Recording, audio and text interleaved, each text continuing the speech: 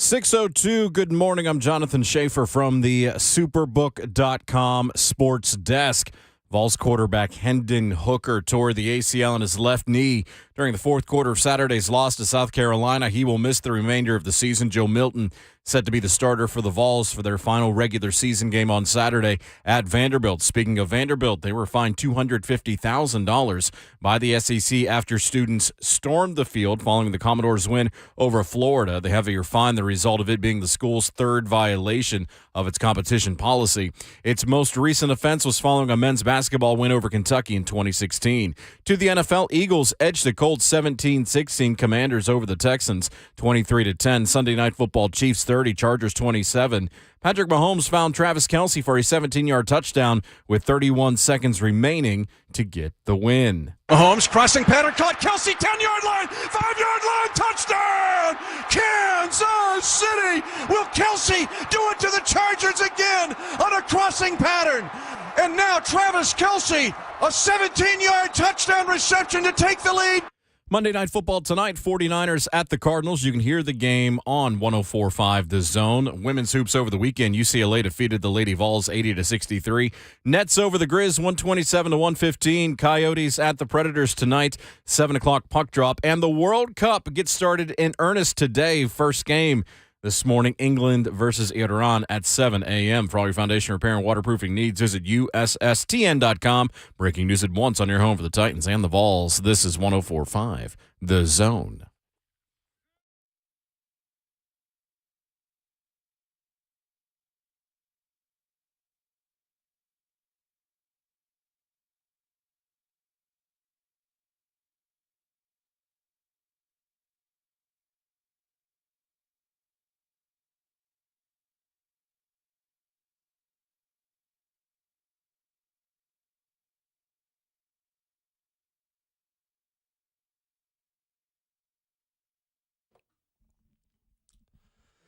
Monday edition, Honor Mode, Kayla and Will, after an upset Saturday and Sunday in the world of football.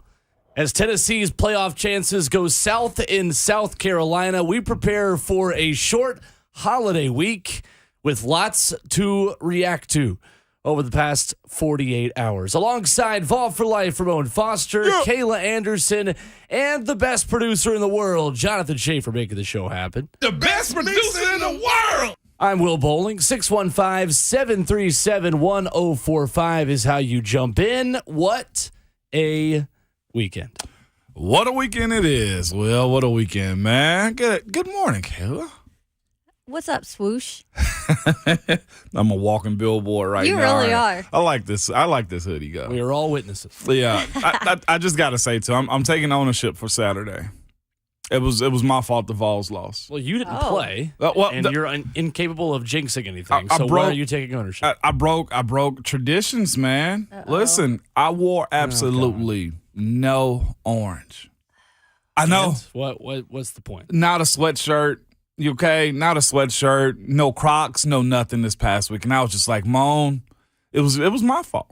I blamed me for it. Are you trying to make this a pro jinx show? Because I am against making this a pro Are jinx you show. really? I am anti-jinx. I'm anti-jinx in every possible way. Nah, I'm just making light of it simply because there was absolutely nothing we could have did Saturday night other than get after Spencer Rattler. It was a show. Me and Kayla were speaking about it a second ago. Like, who looked better than Spencer Rattler Saturday night? Nobody. Not even Ohio State. Michigan didn't. TCU didn't. Nobody looked better than Spencer Rattler as a whole Saturday. You would have thought he's the Heisman frontrunner after that game. He played like it. The reality is he's not even close to be because he's been nothing like that through his career. Their OC has been under the gun, under fire for so long all this year. I've never seen a fan base more upset with their offensive coordinator than anybody this year than South Carolina, and he called a game. Boy, he called one. Give him credit for that, huh? Got to. 615-737-1045 is the number this morning. It becomes official yesterday as well that there's lots of insult to injury for the Tennessee Vols and their loss to South Carolina. Hendon Hooker officially done in college football with a torn ACL. He needed just 24 games to record the fifth most touchdown passes in Tennessee history and will leave the program eighth in career passing yards. That's huge, man. The turnaround, if there is one, and it continues, starts with Hendon Hooker. Hands down. No other way around it. The transfer portal, of course, is something we all speak about. Oh, they're jumping in and out of it too fast, too soon. These kids have no way of really developing, and adversity and all those types of things. This is a situation in which it benefited him and it benefited the university that he left and went to, man. When these situations happen right here, I think it's awesome. I look at Hendon and I say to myself, dude is a Tennessee legend no matter what from here on out. I hate it moving forward for him simply because of the combine training, simply because of the draft. Even if he had, and Shafe and I were together Saturday watching the game too, and I said even if he was a late first, early second, now we're looking at third, fourth, fifth round for a guy like him that's got a rehab, that's possibly going to go into the NFL and be a backup quarterback, probably career-wise in a sense. It's crazy how things can change so quickly, and that's the game of football. It's the game of life, really. Yeah. But I mean, that was the heartbeat of that team. Yeah. Hendon Hooker. Yeah. Throughout the entire season, just what he was able to do, you guys, simply, just amazing. And the way he carried himself and the adversity he's gone through. Now this is going to be more adversity in life that you're going to have to go through and make you a better person. Yeah. But I hope he has somewhat of a career. Yeah. In the NFL, because he's put in the work and he deserves it. But this is just a little bit of a setback. It is. It's unfortunate. And look, the playing surface was terrible the entire game. But nothing was worse than Tennessee's defense and the way they played this game. We'll give you the numbers and we'll kind of react to it completely coming up here in hour number one and take your calls as well. But it was as big of a dumpster fire as it possibly could have been for Tennessee on Saturday. Possibly could have been. And the day started, and you thought you were actually in a pretty good spot. With TCU trailing by as much as it was, and Michigan trailing to Illinois late. They get a pick play that just doesn't get called, and they're able to win that football game because I guess the Big Ten wants an undefeated Ohio State-Michigan matchup, which they got. But certainly going to be a very interesting week for the Vols in Nashville against Vanderbilt this weekend, and one that is going to kind of have a mood to it that a lot of people did not expect. That's for sure. No, absolutely not, man. On top of that, you mentioned TCU also being on the ropes too for the most part. But yeah, you're right. As much as I like Joe Milton, I still question and say Vandy has had 1-2 straight here, and of course the disrespect level of how the Vols fans are going to go about this game. Yes, I will be a part of that also. And there's a sense of pride that comes along with it with a team that's 1-2 straight the way Vanderbilt has. What a field storming they had. Woo! Yeah. Did you see them storm the field this It's the past most weekend? Vanderbilt thing ever. Sounds like someone's being sarcastic. I say, yeah, I am a little bit. But they still, what is that, $250,000 for that? Yes. For a walkout? Third offense. Hold up. That's the third offense? Yep. Yeah, because it includes the basketball games from previous. Oh. Back when Memorial Magic was still a thing. Get out Back of when here. they won SEC Keep basketball on piling up there. I honestly looked at it like, oh, they're just walking like it's senior day. Everybody's walking out to like have a good time. That's the way it looked to me. But in general, the Vols cannot slack this week. There's deficiencies, man. That defense couldn't get after nobody, Will, to your point, and we'll get more into that. The environment of playing on the road in either hostile environments like Georgia or night games like South Carolina, and I did kind of mention this a little bit last year, that it was rough. My senior year playing there in 2008, that was a rough time. It really was. Their fans get very chaotic. That friggin' Gamecock that they friggin' you play. Oh my gosh. There you go. Oh my gosh. Good morning. If you're not up, you are now. Yeah, buddy. It was a hostile environment. That's what SEC road games are. That's why I will say this. LSU, they were begging for a night game when they played us. Yep. Well, that wasn't a hostile environment, not as much because of when it started, but because they fumbled the opening kick and had nothing to cheer for. That's true too.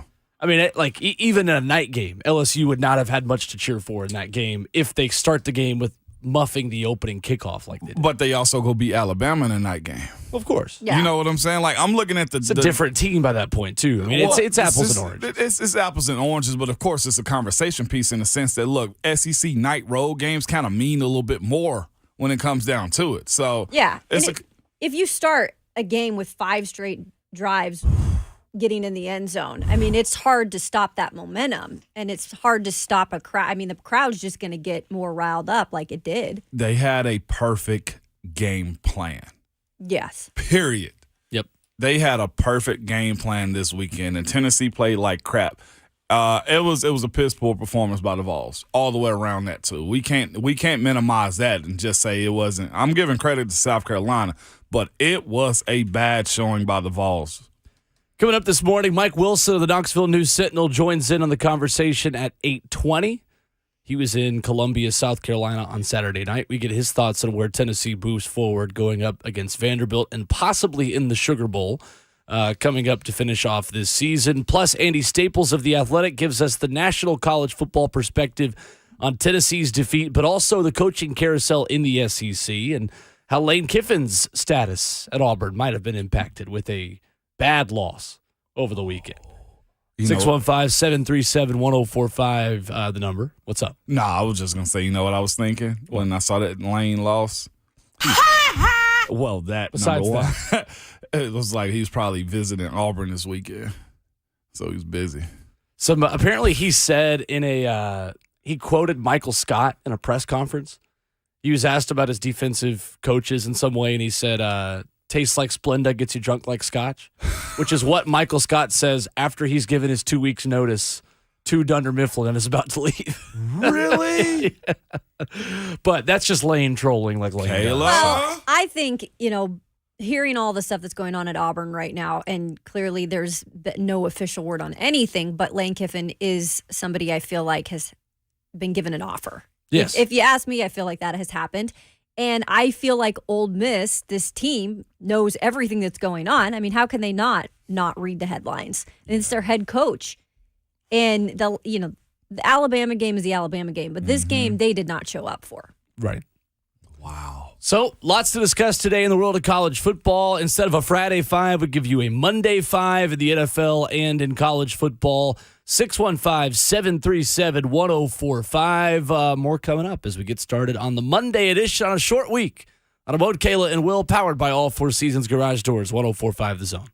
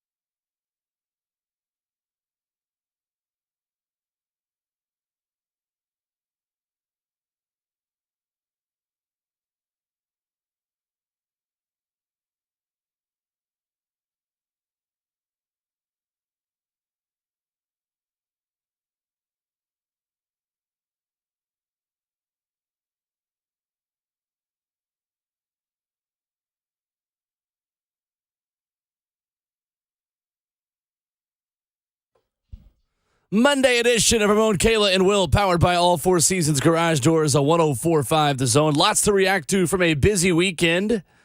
With Ramon Foster and Kayla Anderson, I'm Will Bowling on the phone lines at 615-737-1045. There are two plays that defined Tennessee's loss to South Carolina, and really there were like two drives where South Carolina didn't score. So essentially that would kind of define this game. But I think two plays specifically that ended up making the biggest difference in this one.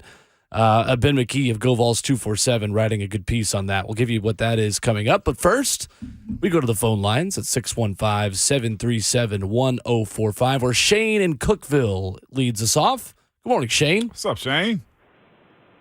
Morning, guys. How are y'all this morning? Good. Good morning. Good. Hey, I wanted to call in. I'm still a little upset, a little tore up about what happened yesterday. Everybody was catching strays.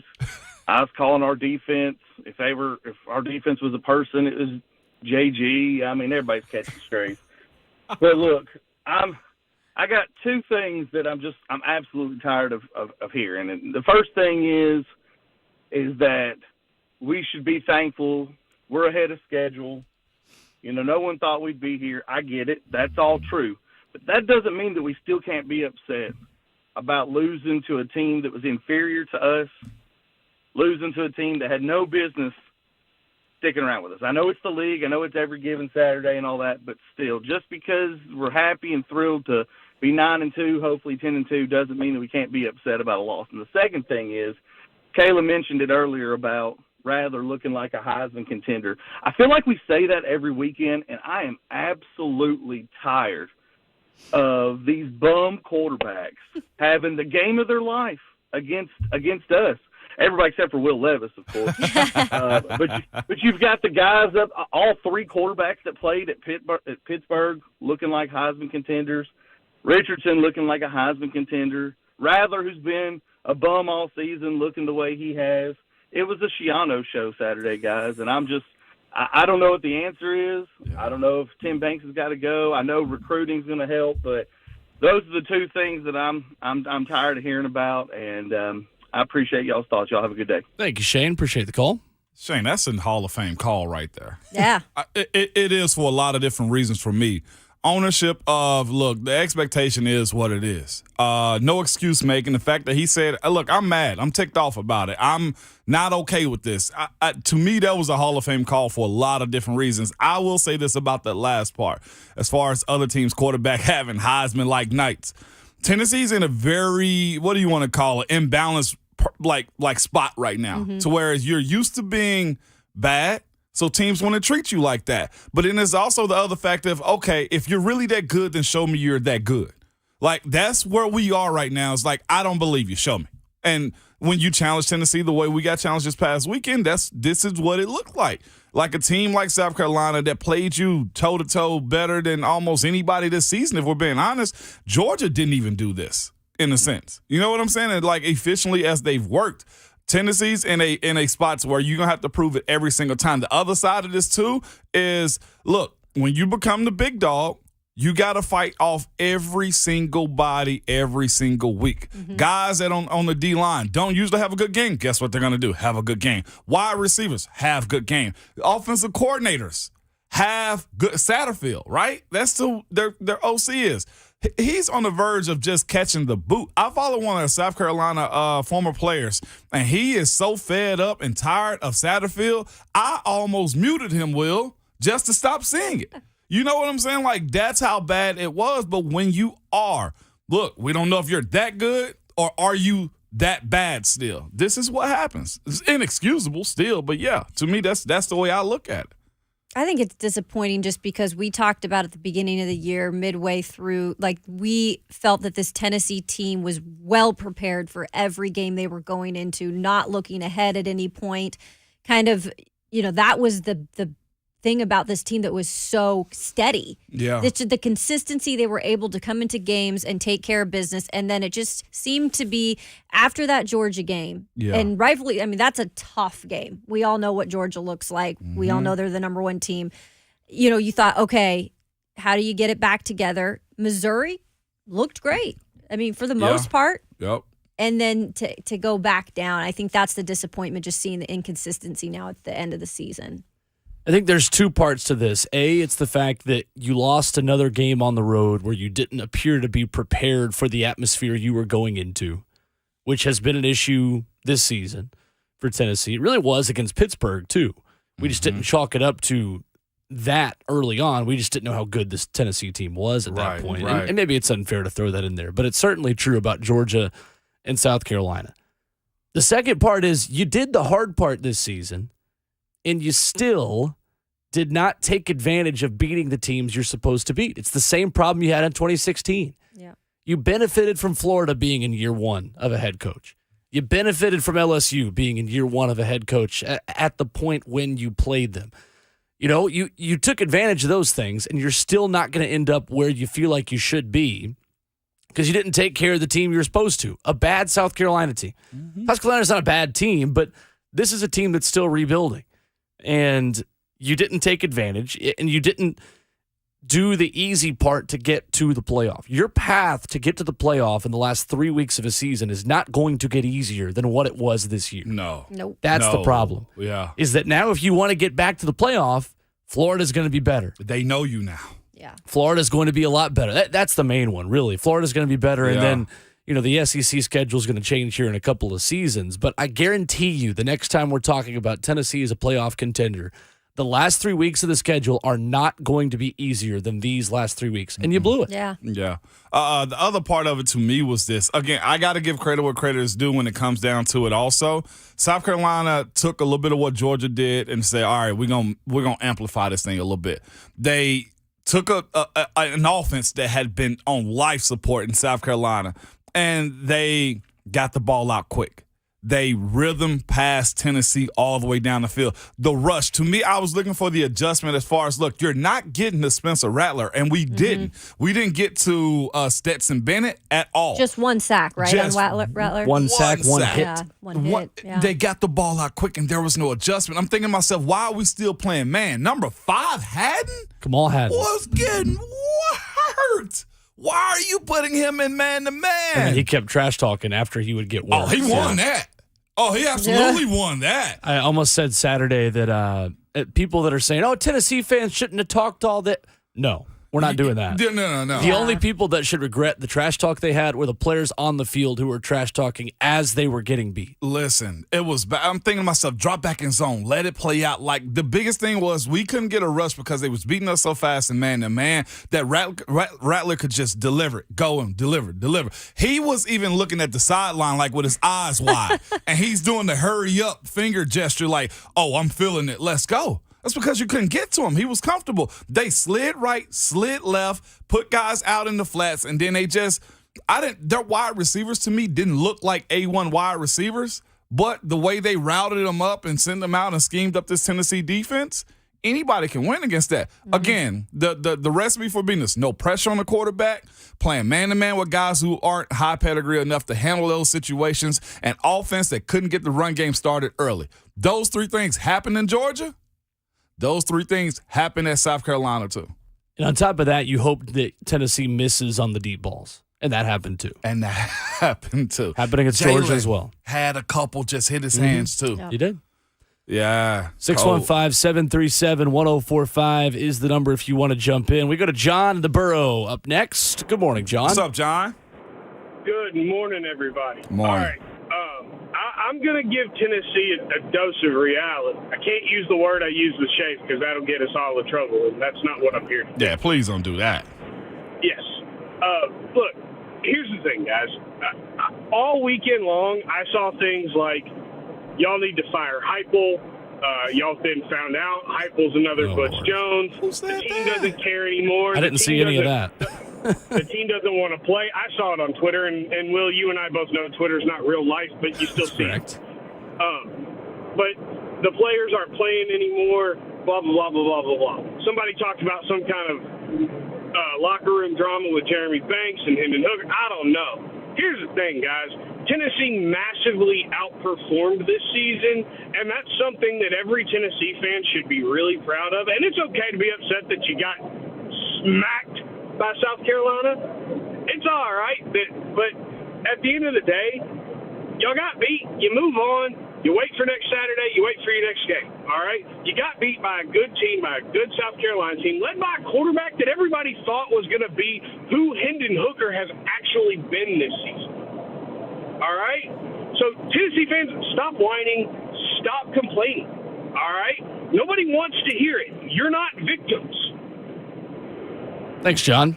I don't blame Tennessee fans for complaining. That's for sure. After that game, Yeah, you have every right to complain. man. This is what fans do. And anyone who's saying fire Josh Heupel is not going to be taken seriously by anybody with, more than a couple brain cells. So let's get that out of the way, too. I'm with you. I didn't see any of that. No, I didn't saw either. questions about Tim Banks.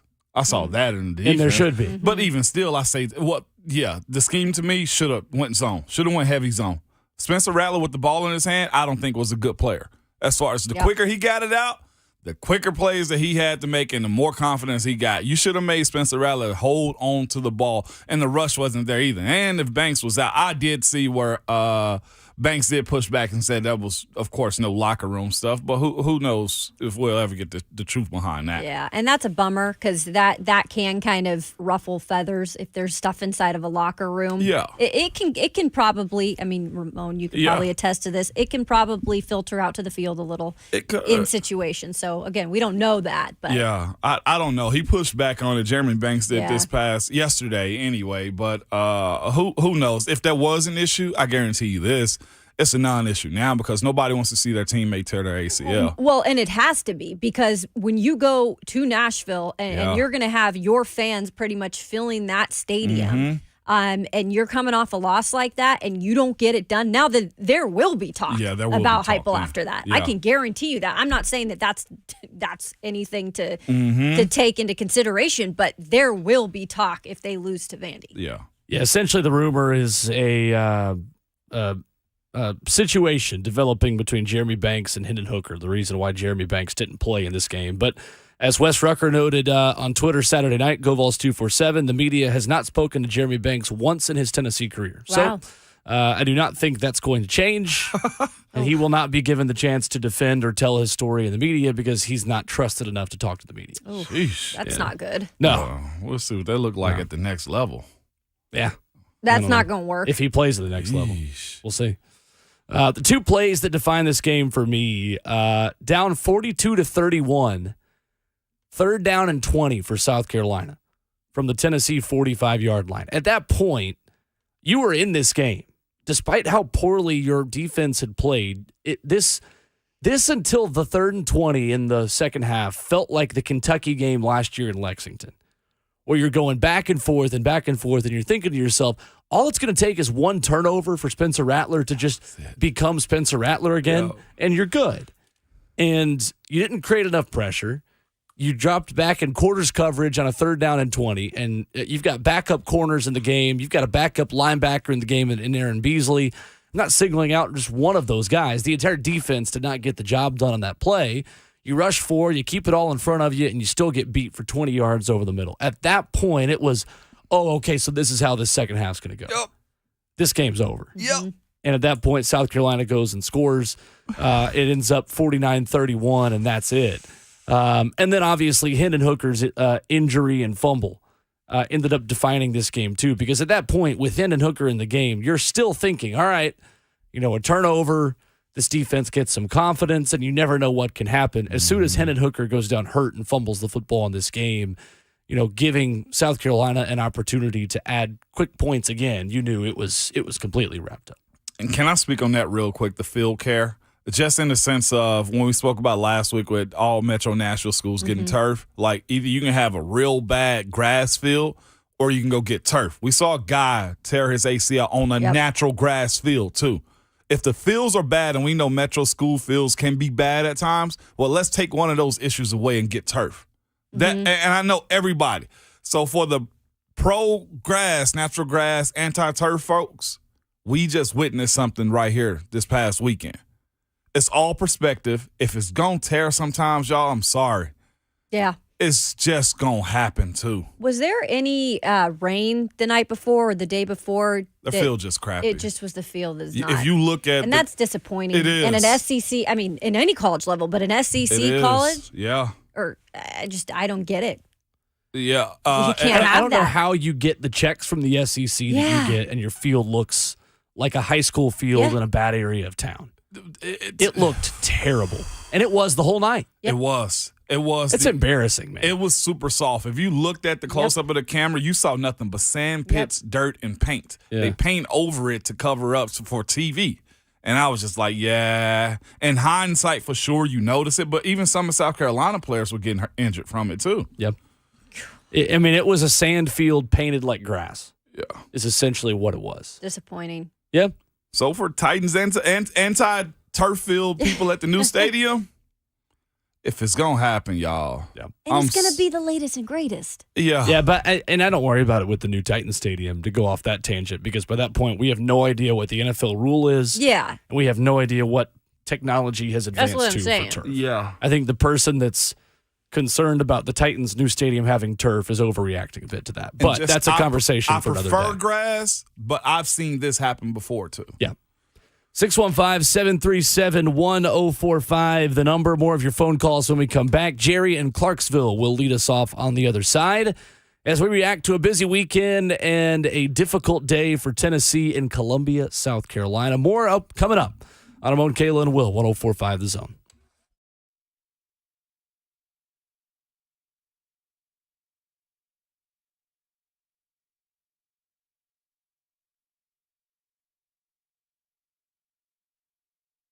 It's Black Friday weekend, and Genesis Diamonds is giving away free Yetis, free pizza ovens, free always pans, and free smart TVs. Yes, you heard it right. When you buy a piece of jewelry at Genesis this weekend, you'll get one of the year's coolest holiday gifts absolutely free. Here's how it works. You spend $299 or more on a piece of jewelry at Genesis, and they will give you a free rechargeable hand warmer or a shiatsu massager free. Spend $500 and you'll get an Ember Smart Mug. I was looking at one of those last year. Or spend at least $1,000 at Genesis this weekend and you'll get a free mini projector or Bighorn pizza oven. So you can get her that beautiful ring or a pair of earrings for Christmas and get one of the year's hottest gifts at no extra charge. How about a Yeti Tundra? Yes, one of the big coolers. Yeah, the one you can put ice in and don't melt for about a week. When you spend at least $1,800 this weekend, you get one of those. Or spend $3,500 on a piece of jewelry and choose between a 55-inch 4K TV and a Dyson Airwrap, yours free. Don't miss the Black Friday event this Friday through Cyber Monday only at Genesis Diamonds. Some restrictions apply. See store for details.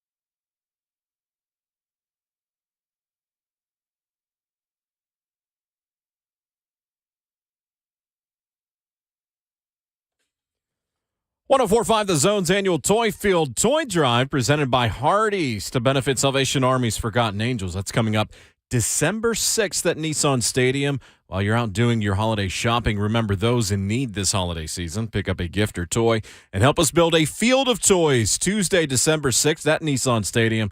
Special thanks to State Water Heaters and a Coolray. For more info, visit 1045thezone.com. Looking forward to that. Looking forward to the holiday weekend. We are here for Monday, Tuesday, and Wednesday with you this week. Ramon, Kayla, and Will, powered by All Four Seasons Garage Doors on 1045 The Zone. With Ramon Foster and Kayla Anderson, I'm Will Bowling. On the phone lines at 615-737-1045, recapping Tennessee's terrible day in Columbia, South Carolina. And Jerry in Clarksville is up next. Good morning, Jerry. Hello. Hey, what's up? Oh, I was just shell-shocked. Just I couldn't even sleep. It's just unbelievable because I guess like others, I assumed that we were on our march to the postseason, and I was watching those previous games, and I was saying, TCU, you're going down, and they pull it out. So the things that we lost by being beat by South Carolina, and we were just beat down. I feel that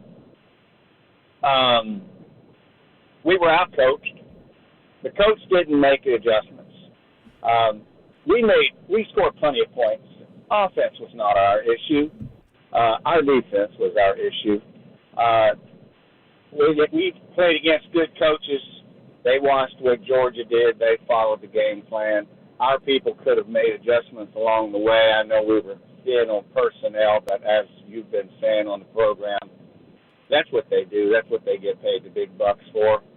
And then the last thing, I guess, what I kept yelling at the screen, the field was horrible, and I was asking the wife, is that water that's splashing up? Did they have rain? And then we realized, no, that's dirt. And then Hendon, he stumbled multiple times. Yeah. Small. He fell over his own feet. Where's the equipment people? Hey, something's wrong with the cleats. We need to change we need to help our team, regain their footing. So I guess it could have been worse. We could have marched through South Carolina and then got our butts handed to us by Vanderbilt, and I would have felt even worse. So that's all I got, partners. I'm just very disappointed. I know we had a great team. I know we had a great future, but the things that we lost postseason-wise just by this is just heart-wrenching. So thanks, Jerry. Appreciate the call. Thank you for your time, sir. Thanks, Jerry. Yeah. Yeah, it was sand that was kicking up, and I mean, correct me if That's I'm a real wrong. sandstorm. Literally. Yeah.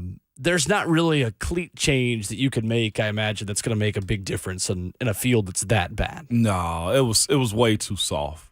You saw like players just running and then their feet divot in and stuff like that. That doesn't exclude, not stopping South Carolina players. Well, no, but that's an issue that I'm surprised issue. they don't address with their own players' safety on that field more than one game. Facts. I'll say this as somebody played in Pittsburgh. Players usually spoke about the field often, and I've seen them bring in seeing them bringing dirt from like New Jersey to try to figure out how to make the surface that much better. And I don't think South Carolina want to go to turf or anything like that, but I'll say this. I knew a kicker that ended up tearing his ACL because the turf was so bad, sued the NFL, and now the NFL have turf surveyors each and every week looking at fields to make sure they're suitable to play on. Wow.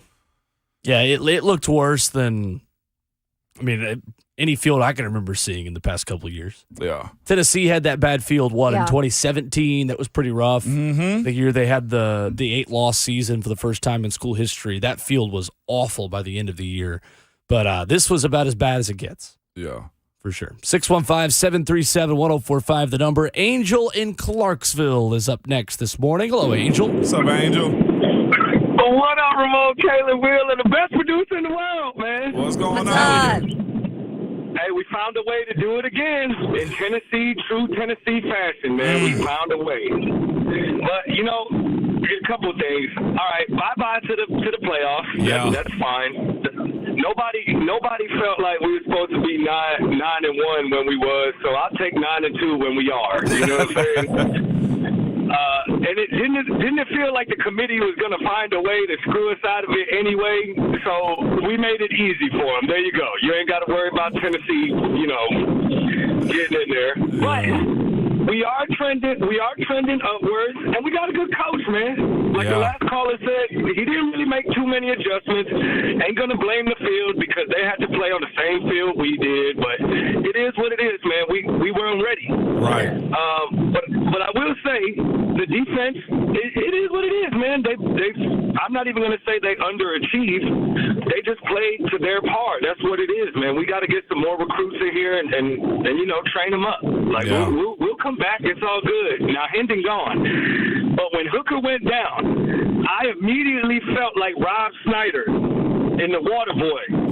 We suck again. Suck again. Oh no, you know what I'm saying? Y'all know the old saying in Tennessee, man. At least nobody died, and there's always next year. Well, at least that's the saying in my house, man. I love y'all, and a small congratulations to Vandy. That's a big win for them. They program over Florida. They've been balling the last two games. I'm gonna hang up and listen. Now I look forward to the Titans and these Memphis Grizzlies, baby. Y'all be easy, man. I'm on the way to work. Thank you, Angel. Appreciate the call. Angel's call is Congrats to Vandy, but y'all got to storm the field like you're not storming Barnes and Noble. You got to figure out a way to not just be in a single file line to go get a coffee and a used book. I started to see them like literally go over the rail, like, or whatever you want to call that. It's like there was still plenty of time. I mean, they were running the game, but they were like ready to go. Like, let's line, and they were just letting them come. It's not like anybody was like, wait. Nope. It was the one most after the other. Respectful field storming. It was so funny. It was. It was just like somebody had to tell them, hey, y'all can come down Single here. file line. Single file line. It was good. It was good. Well, they stormed the field, and we got the field stormed on us. So, hey, there you go, Vanderbilt. You got one this week. And no players felt like they were their safety was being compromised. 615-737-1045 is the number if you want to jump in. 1 hour down and 3 more to go this morning on Amode, Kayla, and Will. The Monday Five up next as we take a look at the NFL storylines on a restful day for the Tennessee Titans and head coach Mike Vrabel. We take one of your phone calls at 615-737-1045 at Amode, Kayla, and Will, 1045 The Zone.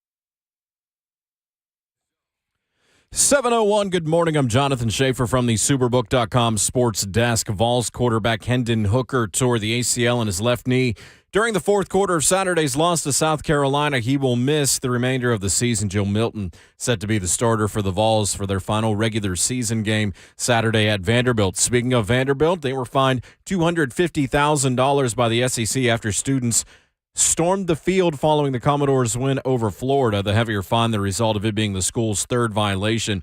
Its most recent offense of the policy set forth by the SEC was following a men's basketball win over Kentucky in 2016. To the NFL, Eagles 17, Colts 16. Jalen Hurts, 7-yard touchdown run with $120 remaining to get the win. Commanders now above 500 for the season, defeating the Texans 23-10. Chiefs 30, Chargers 27. Patrick Mahomes found Travis Kelce for a 17-yard touchdown with 31 seconds remaining for the win. Mahomes crossing pattern caught Kelsey 10-yard line, 5-yard line, touchdown! Kansas City! Will Kelsey do it to the Chargers again on a crossing pattern? And now Travis Kelce, a 17-yard touchdown reception to take the lead. Monday Night Football, 49ers at the Cardinals. You can hear the game here on The Zone. Women's hoops over the weekend. UCLA defeated the Lady Vols 80-63. Nets 127, Grizzlies 115 in the association. Coyotes at Predators tonight, 7 o'clock puck drop. Nashville 3-1 during its current homestand. And England taking on Iran right now in the World Cup. Just getting started. Ryan Foundation Repair and Waterproofing needs. Visit USSTN.com. Breaking news at once on your home of the Titans and Vols. This is 104.5. The Zone.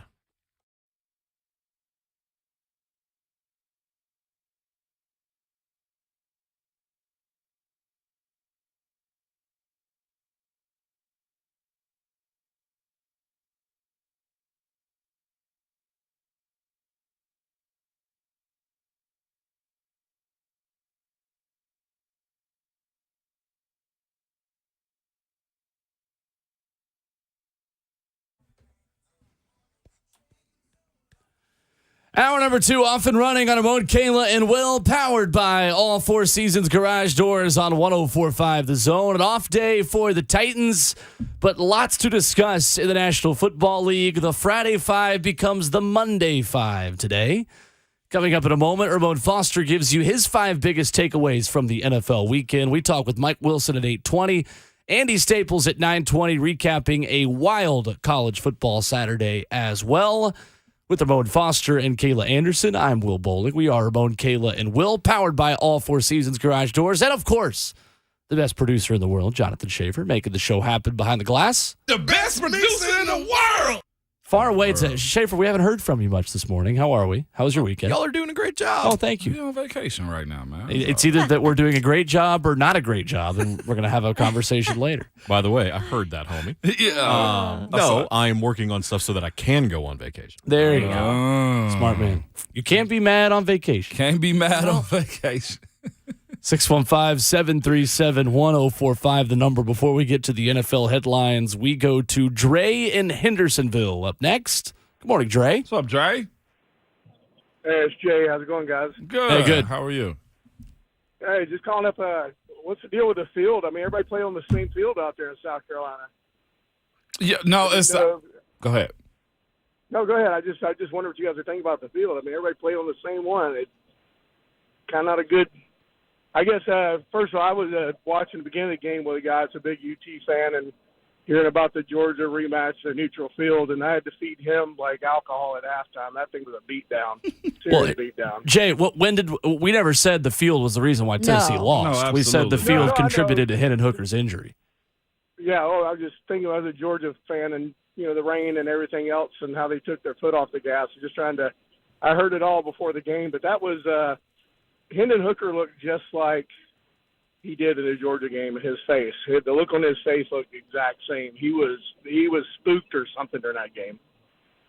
Thanks, Jay. I don't Appreciate know about it. that, but the field is a thing because it ended up having a season-ending injury behind it too. Again, well, I'm with you. It doesn't take away from the fact that Tennessee got boat raced in a sense, right? Mm-hmm. To me, I just look at it and say, if we're going to speak about something, that when you have a player as important as Hendon was, take a L like that as far as his career goes, it has to be brought up. And it wasn't just Tennessee players. It was South Carolina players too.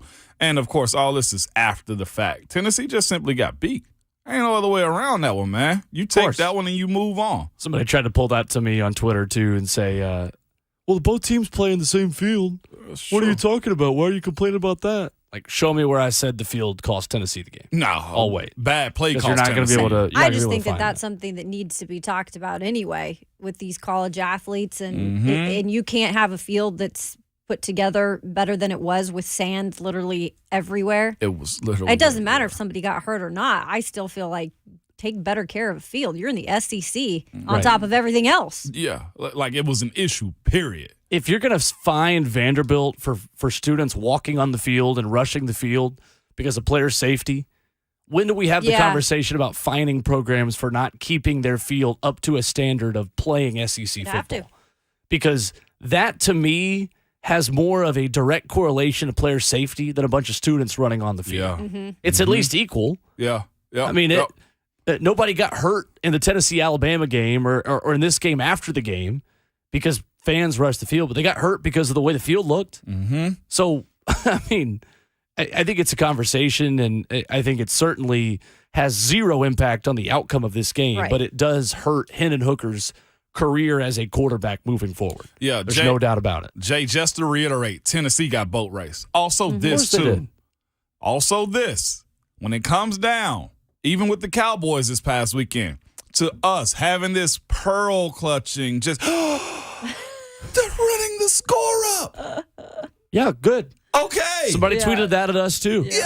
I was like, good for them. Look, this happens in competition, right, Kayla? Yeah, but it's not like South Carolina even had anything to prove to the committee. Come on now. No. It's not even like that was a factor. And I didn't hear anybody really talking about running the score up who are Vols fans. And I'm neutral party over here. The Vols had a reason to run the score up on Missouri, and it's not even like they had to put some style points up. This is what all these teams that are in the hunt for the college football playoff are trying to do right now, whether you like it or not. But yeah, South Carolina didn't even have a reason to do it, and they were doing it. If Ohio State gets up on Michigan, they're putting as many points up as they can. Yeah, in that game, they could both be 0-11, and the score would still get run up. I mean, in that game. Yeah. I just had to bring a spotlight to that conversation piece all the time as far as, you're right, that's a bad sport. I heard a conversation this past weekend with Brent Hubbs and everything. They had a heated little one this weekend about running the sports up and Brent Hubbs, taking knees and stuff like that. And I'm thinking to myself, like, this is just a part of it. Like, if you can't stop them, then that's on you. And we couldn't stop South Carolina this past weekend, and you can't complain about that either. So instead of a Friday 5 this morning with Tennessee playing but with the Titans off, we give a Monday 5. We'll have the same for college football coming up in the next hour. But Ramon Foster leads us off this morning with 5 takeaways from the NFL weekend, and it felt like the upset Saturday vibes carried over to Sunday, didn't they? Yes, it did. Well, I just got to take this from Schaefer before we start this Friday 5. He's been saying it since like week 2 or 3. The NFL is intoxicated. It's drunk. It's drunk. A bachelorette party on a Friday night. Oh, my, starting on Thursday. Woo, okay. Let's just start there. I just saw your face. What happened in the game? I'm just watching soccer. World Cup started. Oh, come on. Snap out of it. Snap out of it. Snap out of it. I didn't say anything to react. I reacted to a guy getting a really bad concussion in this Iran and England game. If we just hear noises over here, we're going to know what's going on. I'm a radio professional. I won't make noises. I'm just going to react. This is an audio medium. I'm not a radio professional. I'm the one in the background. Me and Will doing a call. I'm like, yeah. That was funny. I had to stop myself. I get excited, Will, when we're watching games. You do get excited. But number 5 on my Monday 5 reaction, man. Cincy at Pittsburgh. Gotta throw that out there because this is the rematch. Okay, Titans week, man. Cincy O-line is still trash. Burrow was only sacked 2 times, but he stayed under pressure. There was so many TFLs in this game. This is a game that is primed for the Titans to go out and beat Cincinnati well. Absolutely. Okay, and Pittsburgh ran out of offense. If you guys are mad about Todd Downing, the way he called offenses and stuff, no. I got one better. His name is Matt Canada in Pittsburgh, okay? Be thankful for TD is all I'm telling y'all, okay? I got one for you. His name is Matt Canada. But Canada. Some people offered to send him back. He ain't even from Canada. Right? Like, I don't know. What? From Canada. But what I'm saying is this, though. Pittsburgh had an opportunity to win that game against one of these supposed to be front-running teams in the AFC, and that was the Cincinnati Bengals. And Joe Burrow is running for his life. If there's an opportunity to go embarrass them, it's this weekend for the Titans, man. Not a good showing by the Bengals, even worse showing by the Steelers this past weekend. Number 4 on my list, Friday 5, Lions beat the Giants. Yep. One of my top teams. Same. One of my top teams, man, in New York. This Lions defense only gave up 89 yards rushing, with Daniel Jones accumulating 50 of those. They shut out Saquon. Mm-hmm. They absolutely smacked the Giants. It wasn't a smacking, but they weren't supposed to beat them. This was 2 wins in a row for the Lions, y'all, and they coming in hot on Thursday. It's 3 in a row. 3 in a row? No, Yeah. 2. They had a bye. They lost 1-1, 1-1. Not 3 in a row? Yeah, I don't saw a think tweet it's 2 in a yesterday row. that said it was 3 in a row. Was it? Am I off? I'm always off on I'll something. find out. Either way, I got to pull it up right here. Yeah. You're right. 3 in a row. 3 in a row. Yep. Green That's Bay. crazy. Dan Campbell. That's on me. Players mess up. Dan Players Campbell mess up. flexing. Yeah, Dan Campbell flexing. Biting kneecaps, man. That's what he did. That extra large coffee going to hit different this morning for Yeah, Dan it Campbell. is, man. Yes, it is, man. But Did they serve kneecaps as a side dish at Thanksgiving in Detroit? I think you sprinkle them on. I'll hang up and listen. But that was a shocker to me. No way I saw them winning that, man. Danny Dimes didn't look good at all. Number 3 on this list. This will delight Titans fans. Y'all ready? Mm-hmm. Philly and the Colts. Yeah. Philly and the Jets. Philly and the Colts, man. Colts led this entire game 13-3 going into the fourth quarter, man. Before the Eagles had 2 touchdowns scored by Jalen Hurts and Quez Watkins.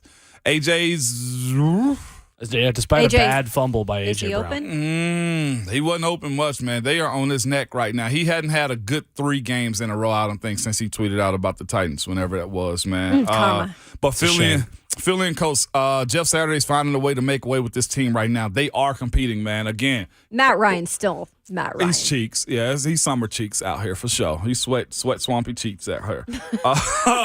Number 2 could have been the number 1 game of the weekend. Jets at New England.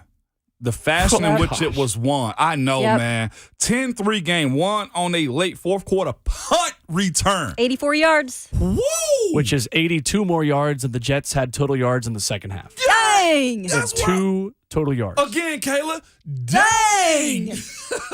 2 total yards in the second Again, half. Kayla. Dang. That's right. That's what I'm saying. Insane game. And Zach Wilson is looking more and more like your granddad instead of your neighborhood sugar daddy, no. okay? He out Stacy's here- mom's dumping his. No, the bank is run dry on him. Even his coach is looking at him like, dog, what you got going on? Who's the wide receiver? Elijah Moore, Corey Davis. And then he takes no accountability None. whatsoever. None. Listen to this, y'all. 9 Garrett for Wilson's the other 20. one. Yeah, Yeah. Garrett Wilson said Ohio State guy. Ooh, bad. 9 for 22, 77 yards passing. Brought down to 44 yards because he was sacked 4 times. And 59 rushing yards on the weekend, y'all. Robert Saleh said the defense was outstanding. He's proud of it. And said the offense was dog poop. Sorry. Soft. Again, Kayla. Dang! Man, killing me. Number 1 game of the weekend. Sums it up real quick. Dallas at Minnesota. One of my boy. top teams. Good Lord. One of my top teams, y'all. Will the real Kirk Cousins please stand up? Please stand All up. them chains held them down. Or That's get what it knocked down. was. Woo. And by the way, 40-3 dub by the Cowboys. So bad, y'all. CBS flipped the channel on them. Okay. That's when you know it's Yeah. bad in the NFL. Again, That's all pretty that bad. to say this. The Titans just need to take one wrong at a time. Mm-hmm. That's it. After that loss, the Vikings now have a minus 2-point differential this year, which is the lowest in NFL history by any team to start 8-2 or better through 10 games. The previous low was a +6 by the 1987 Chargers, who ended up missing the playoffs that season. So the Vikings are the first team in NFL history to have a minus point differential despite being 8-2 or better through 10 games. They are who we thought they were. And Drunk. Kirk Cousins, will he be able to walk tomorrow? He was I don't sacked know. 7 times. How many hits? I mean, the guy was. It was an taken out. unbelievable number. Zadarius Smith was also quoted on NFL Films. And then they did the skull Yes, celebration yes. after one of the sacks, which We're was just going 9-1. It's a great day to go 9-1, y'all. And they dropped an egg. not great, did. Bob. Not great, 615-737-1045 is the number if you want to jump in. When we come back, Titans are a home underdog to the Cincinnati Surprising. Bengals for some reason. We dive into where the Titans offense can continue to improve this weekend. And we ask the question, what is a reasonable expectation for this Titans offense moving forward? Your reaction at 615-737-1045. Our thoughts on that and much, much more coming up on Ramon, Kayla, and Will, 1045 The Zone.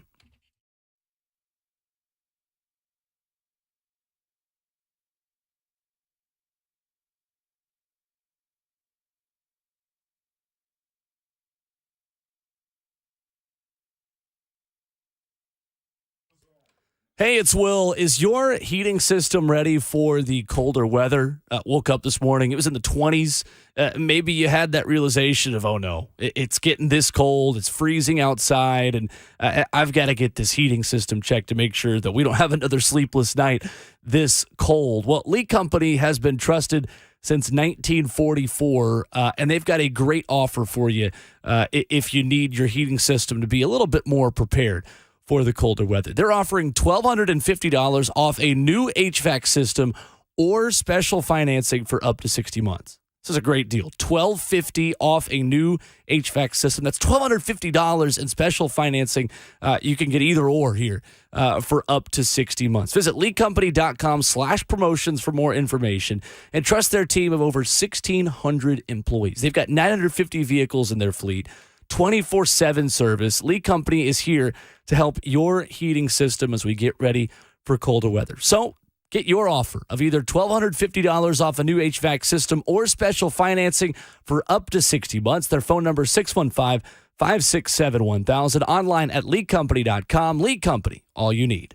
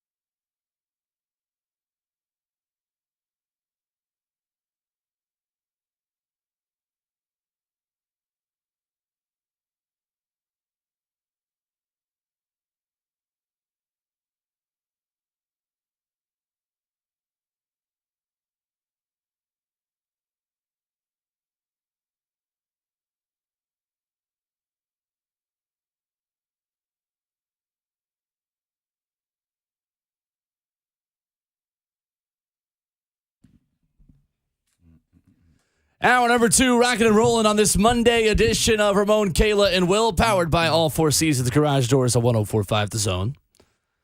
The blinds are closed in here, so I cannot confirm that the sun has risen this morning for Tennessee fans. Yeah. I see a sliver there. Okay, but reports are the sun has risen. I can't tell. It does still exist. Breaking news. It does. Breaking Vols news. Breaking Vols news on 104.5 The Zone.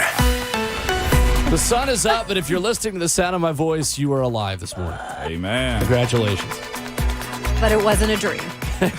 End of conversation. It wasn't a dream. It was not a dream. It was not a dream. Ramon like Foster, Biggie said. Kayla Anderson, and Will Bowling with you.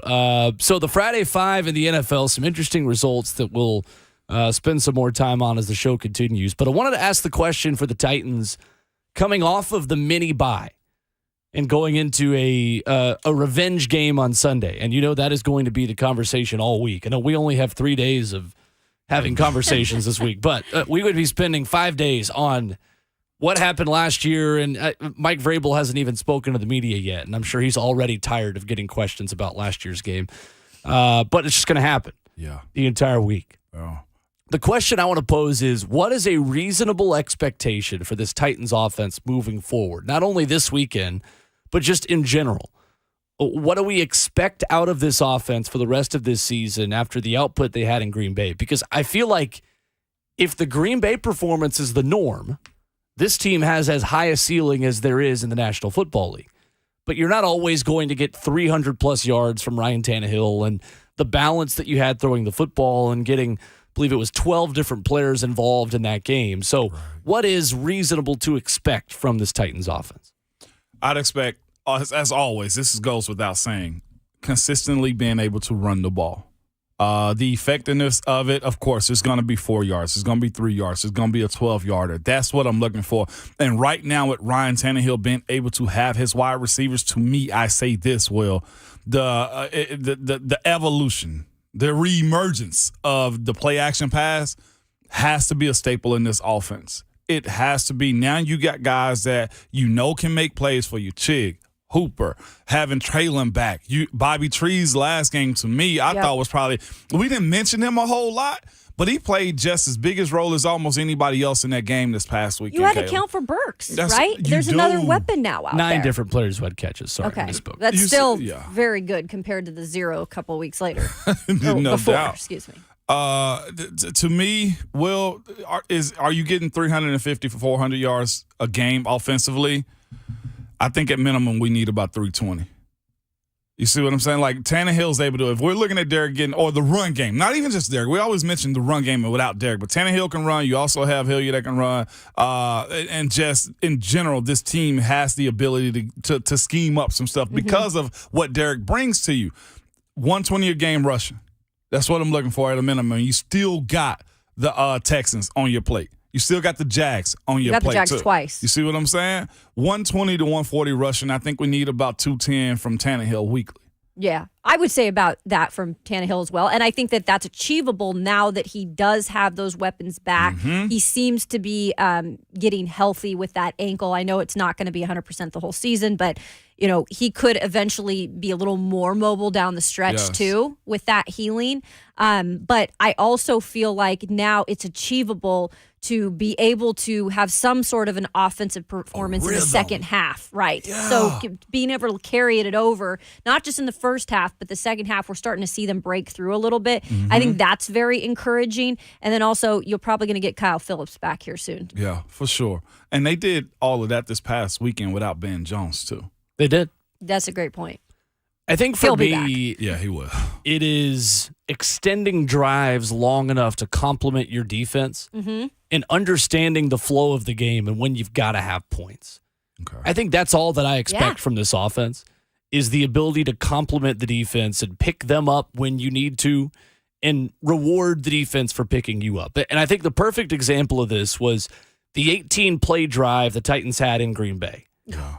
They don't score at the end of that drive. I trust the Titans' ability to score points in the red zone. I don't think that's a huge issue. But they had the ball for nearly 13 minutes in the second quarter in this game against Green Bay. That's crazy. And although they didn't score on that 18-play drive, their defense picked them up. Yep. And they got it right back. And they got it right back, Yeah, they did. and they scored. That, to me, is what you have to expect out of this offense, because you're not always going to capitalize on 10, 12, 15-play drives. That's fine, only if you then take advantage when your defense picks you up and gets a quick 3-and-out. Because I think this defense is good enough where if this team just stacks together good possessions and doesn't go 2-3 possessions in a row with 3-and-outs, this defense is going to win you games. Absolutely. Are we at a point, and I know I've been on this soapbox a lot of times, but I cannot overstate this enough. I feel like being able to spin the ball through Ryan Tannehill's arm more and more. Do you trust it more? You know what I'm saying? Like, I know the pick. To me, I thought it was just a heck of a play. I listened to Blaine kind of break that down on Blaine and Mickey on Friday, and Blaine was just like, look, he know the DB coach. He understand what he teaches him. He said if there was no help right there, you bail and go help somebody. That's exactly what he did right there. He bailed and helped. That tight end failed, as you said, and he just raced to the middle of the field and saw who was out. It was one person out in a route right there on that one particular play, and that was an easy play to assist right there just in general. Other than that, tip balls when it comes down to Ryan Tannehill throwing the ball. We got to get to a point to where that is more consistent with this offense, because if the run game is what it is, the big boys up front, I ain't going to say need a break when it comes down to running the ball the way they do, but it makes the drive a little bit easier when you can get a chunk of 15 yards, so you can get a play-action play for 40 down the field also. Yeah. That's where the evolution of this offense I want to see through this Titans offense moving forward. The biggest thing that you have to remember is just, like you mentioned, Ryan Tannehill taking care of the football. Yeah. That was the issue last year. He's done a good job for the most part this year of not turning over the ball. But I feel like if that happens, if he's passing more and then they're going to snap it right back. If y'all were coaches, this is me asking this question too. Like, I'm not a coach, but if y'all were coaches, are you throwing Ryan Tannehill in the deep end of the pool, say, go face your fears? This was the team. You keeping them this week against the Bengals? You do exactly what you did against Green Bay. Okay.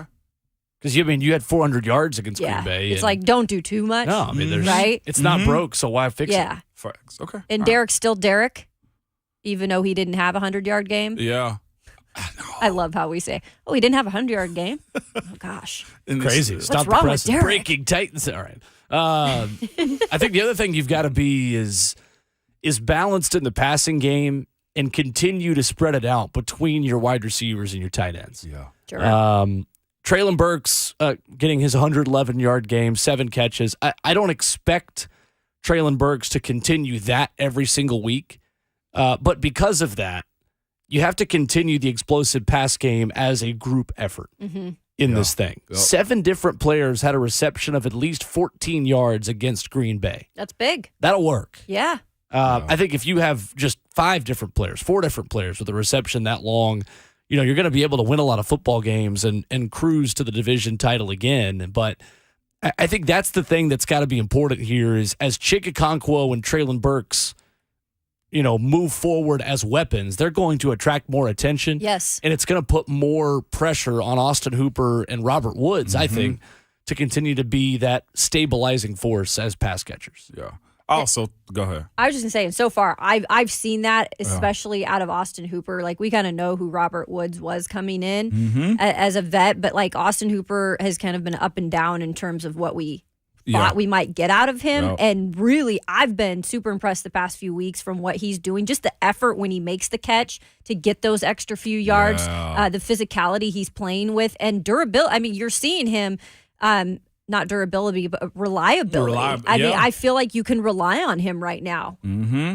And to me, I was just encouraged by what Tannehill did. I say this like he's a baby deer or something like that. He's just starting to walk or something again.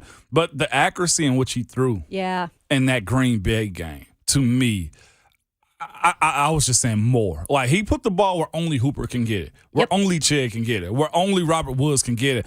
I don't think I've ever seen him throw like that while me covering this team the way I have. Like, that was some precision out of this world. And if they had been doing that during practice and just scheming it up the way they did, I like their chances. This is, as we did that Friday 5 a second ago, this is a prime just point of the season for this group to just start ascending. Yeah. 615-737-1045, the number this morning if you want to jump in. You talk about being good situationally and playing complementary football. 7 of 13 on third downs against Green Bay. That's the other aspect of that win that I think you've got to sustain at least close to that, because you've had one of the worst third down offenses in the league. Again, this defense is good enough to single-handedly win you some games. You give them a little bit of help, they're going to take advantage and they're going to suffocate the opposing offense. Yeah. I think especially this weekend with the Swiss cheese that is the Cincinnati Bengals offensive line. But I think it just comes down to being good situationally and playing complementary football. It's a low bar. Yeah. I mean, last Thursday was the outlier in what this offense is going to be. Yeah. When they really should have scored 34 points if they've got another minute left in the game to go down and score again after the long throw to Treylon Burks. But, I mean, 10 yards per pass in that game, you're going to rush the ball a little bit better. You're probably going to throw it a little bit worse. So I think that is going to be the gold standard. But what is that just solid expectation performance that we're going to get? Solid. To me, I think it has to get highlighted more by Treylon. Yeah. It has to. That down the field threat. To me, when people are, mad at Todd Downing for throwing that deep pass late, No, absolutely not. You know what they're going to show in meetings this week? That pass. Just to say, look, they're capable. Don't let this lull you to sleep because Derrick Henry. That's exactly what that pass did. Right. It put everybody else on notice and look, they're capable of doing these things. And that's the thing. Make these teams now have to think, okay, we got weapons. We had other weapons. Not just Derrick Henry. Like, that's the main focus, yes, because we run the ball first. Yep. But now look at some of the other weapons we got. Oh, yeah, and then you can't forget about them, though, because now you can't take all the attention away with Treylon Burks because there's other guys. So I think that's a great point. It is. I thought that was genius. I felt like in that moment I understood why he did it. You know what I'm saying? As far as just take the top off real quick, keep them honest. Treylon stacked them as perfect as anybody could have in that moment. That was a great throw. Also, continue to build confidence. Yeah. And I know the week leading into that game, Vrabel even said Treylon didn't have his best week of practice. And he said he continued to get better throughout the week. And we worked on some things. Yeah. And he was ready come game time. So, there's a confidence thing, too. Reward him. Okay, there you go. You did what you needed to do. There you go. And here we go. Revenge week, man. That's all. I'm looking forward to this. Dude, fans are feisty already. Oh, it's going to be salty in that stadium. I love it. Yeah, I almost feel like we need to do the friggin' scout meeting Wednesday today because it's like, what are we waiting for? I know. It honestly feels like the fans are going to take the personality of this team. Yeah. That takes the personality of its head coach. Sure. Like Nissan Stadium is it's always. I mean, it's been a good year in that stadium. Yeah, it has. It's been solid. The crowd's there. It is going to be next level, I think, on Sunday. Yeah, I think so too. But I got to give credit what credit's due, though, real quick. Will Sam Hubbard and Trey Hendrickson, they can be problems. Good players. Sam Hubbard, former Ohio State. I saw Trey Hendrickson yesterday work a second-year guy in Dan Moore for the Steelers, and to me, he reminds me a little bit of Dennis Daly. I'm going to be real. It's not great. He walked them back. That's one little facet, Will, that I'm just like, ooh. They're not pushovers is what I'm saying. Daly. Right. 615-737-1045, the number. Jeremy leads us off on the phone lines when we come back on Amon, Kayla, and Will on 1045 The Zone.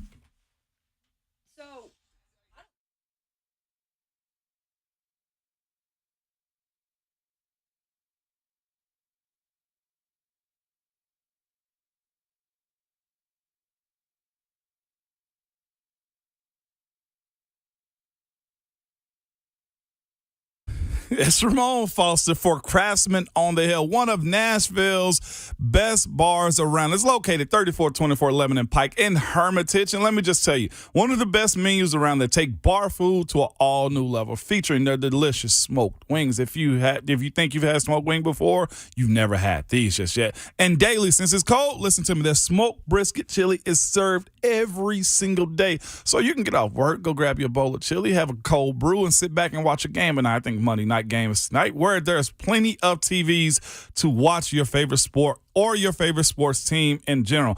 It's locally owned and operated with new management. Your favorite beer, spirit, and plenty of nightly drinks and food specials are available for you every single day. Monday night, they have a trivia night. Tuesday night's karaoke. Wednesday, Dart League night. There's poker tournaments throughout the week. It's something every day for you if you go visit Craftsman on the Hill, located 3424 Lebanon Pike in Hermitage, Tennessee. And you make sure you tell them that Ramon sent you.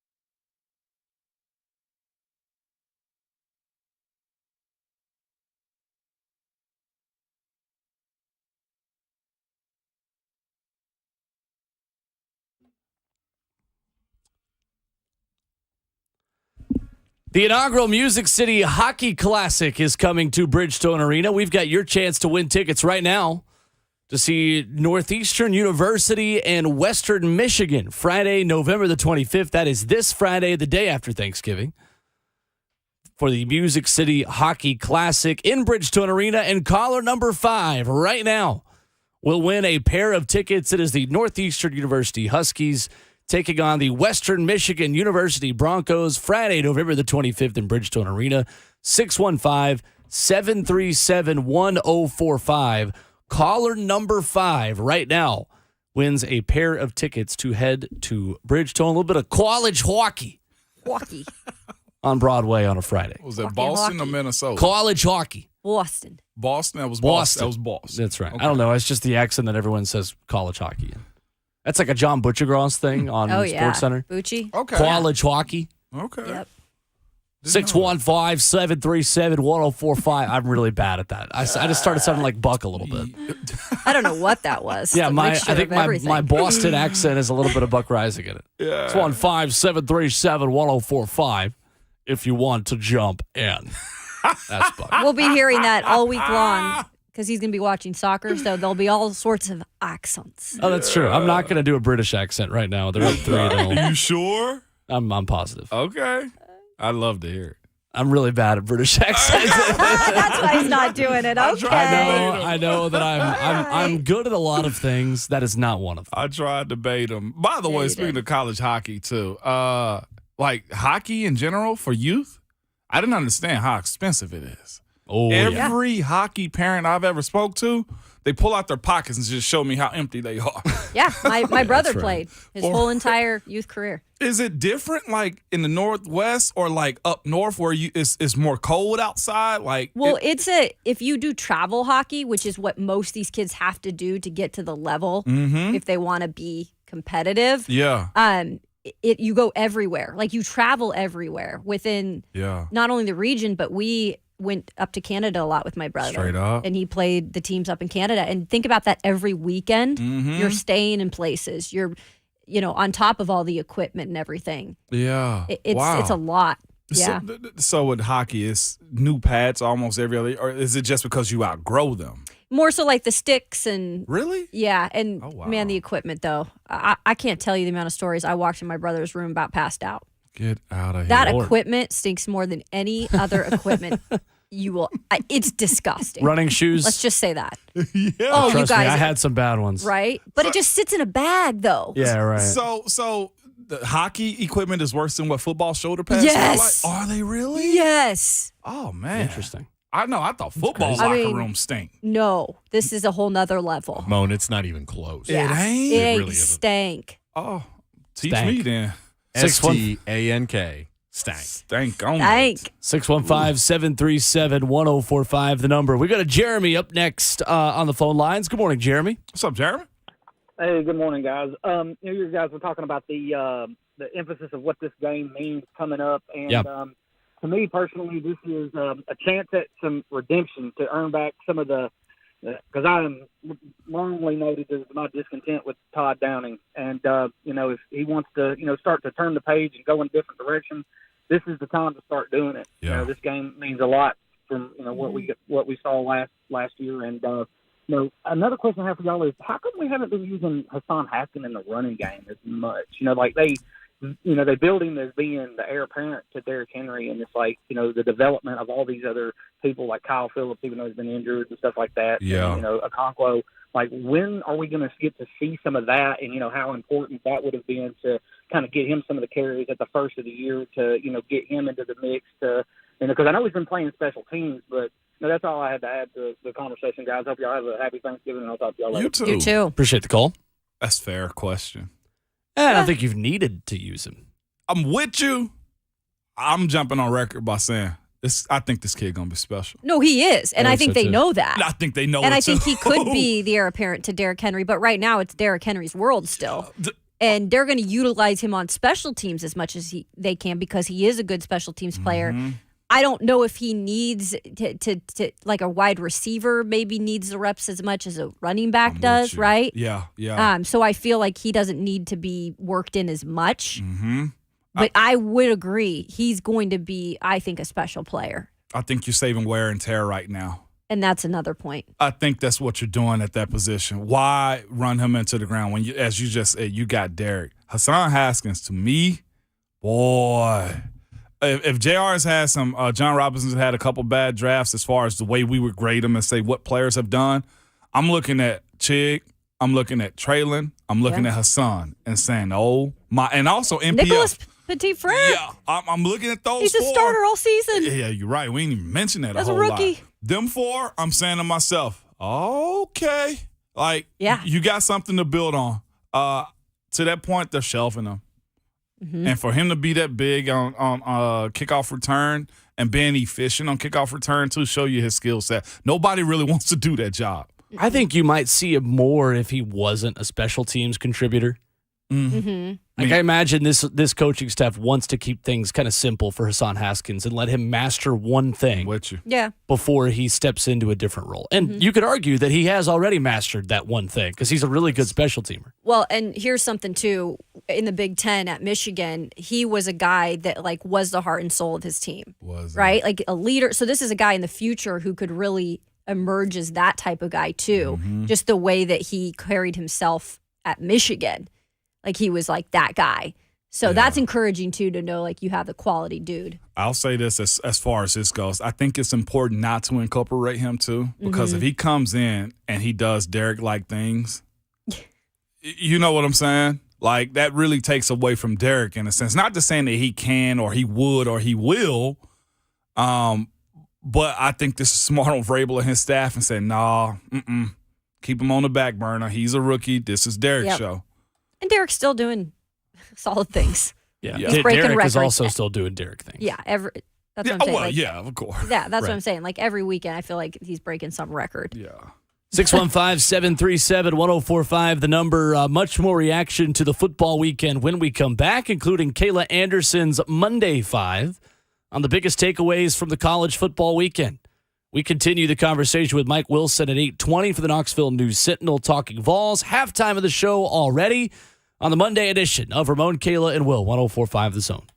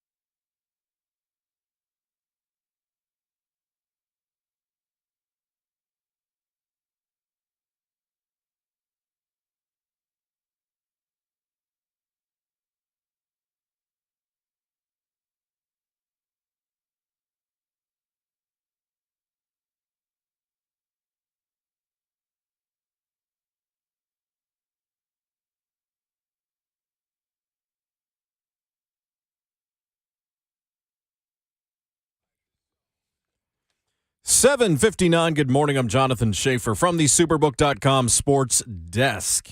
Vols quarterback Hendon Hooker tore the ACL in his left knee during the fourth quarter of Saturday's loss to South Carolina. He will miss the remainder of the season. Joe Milton set to be the starter for the Vols for their final regular season game. That's coming up Saturday at Vanderbilt. Speaking of the Commodores, Vanderbilt fined $250,000 by the SEC after students stormed the field following the Commodores' win over Florida. The heavier fine is the result of it being the school's third violation for storming a playing surface. Most recent offense following a men's basketball win over Kentucky in 2016. To the NFL, Eagles eked past the Colts 17-16. Jalen Hurts' 7-yard touchdown run with 1:20 remaining. Commanders with the win over the Texans 23-10. Sunday Night Football, Chiefs 30, Chargers 27. Patrick Mahomes found Travis Kelce for a 17-yard touchdown with 31 seconds remaining for the win. Mahomes takes the low snap, drops back to pass, throws to his left. He has Kelce inside the 10, the 5, into the end zone. Touchdown Kelce, 17 yards. He's over 100 for the game, and the Chiefs retake the lead, 29-27. Tom McCarthy, Westwood won as it was heard here on The Zone. Monday Night Football, 49ers at the Cardinals. You can catch that game right here on The Zone.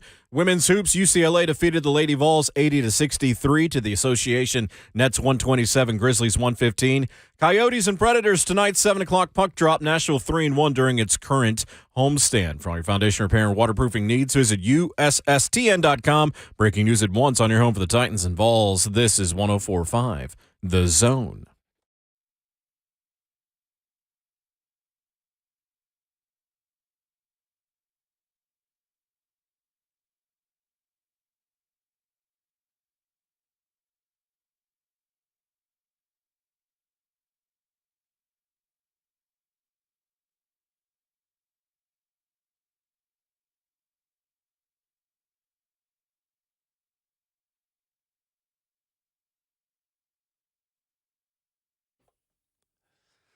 Second half of the show starting right now on Ramon, Kayla, and Will, powered by All Four Seasons Garage Doors right here on 104.5 The Zone. The show goes on with Ramon Foster, Kayla Anderson. I'm Will Bowling. That's Jonathan Schaefer, the best producer in the world, making the show happen. The best producer in the world. Of the world, Craig.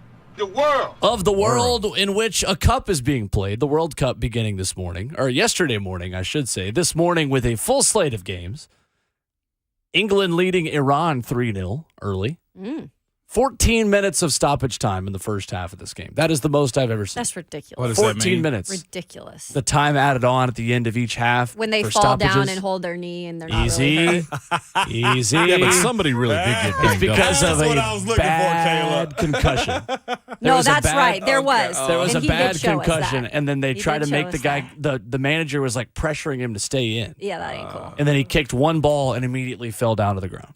Okay. They stretchered him off the field, and then he walked back on. I just Yeah. wanted Kayla's response. That's fine. 615-737-1045. Lots of Vols discussion, some Titans this morning as well. Speaking of injuries, and we've talked a lot about Hendon Hooker's injury so far this morning. Can South Carolina not get a cart for the road team That was in that Williams-Brice was Stadium? So stupid. I did. I brought that up. What in the world? Remember, Shafe came over. We were watching that, and Mo he brought it up. Yeah, I was like, where's the cart? I don't want to come across as bitter Vols guy this morning. No. But like I'm legitimately asking. Have you ever seen that before? I've never seen that before. A guy with a torn ACL like hopping into the Yeah. locker room to get off the field. Like, is South Carolina cashing the same SEC checks as everyone No, else? apparently not with the field like that, and they don't have a cart available. Well, other than also South Carolina's coach couldn't stop touching Ramel Keaton when he was on the sideline too. You remember? Was it Keaton? I was just like, dude, I get it. You recruited him. Fine. Say you hope he's okay and move on. I was just like, God, dog. This man walked the entire way out of the stadium in front of that fan base. And I'm just like, you see the limp? Guys, where's the cart? That wasn't Yeah, just that's bad. Vols fans. That was fans that were just college football fans saying on Twitter, where is the cart? It was- they it was can't weird. just let him walk by himself. I mean, he had a trainer, but This wasn't a Kobe moment. Like Kobe's when he tore his Achilles, the bench was right there, 30 feet away. This you man still got to go to the locker room. up the ramp. Yeah.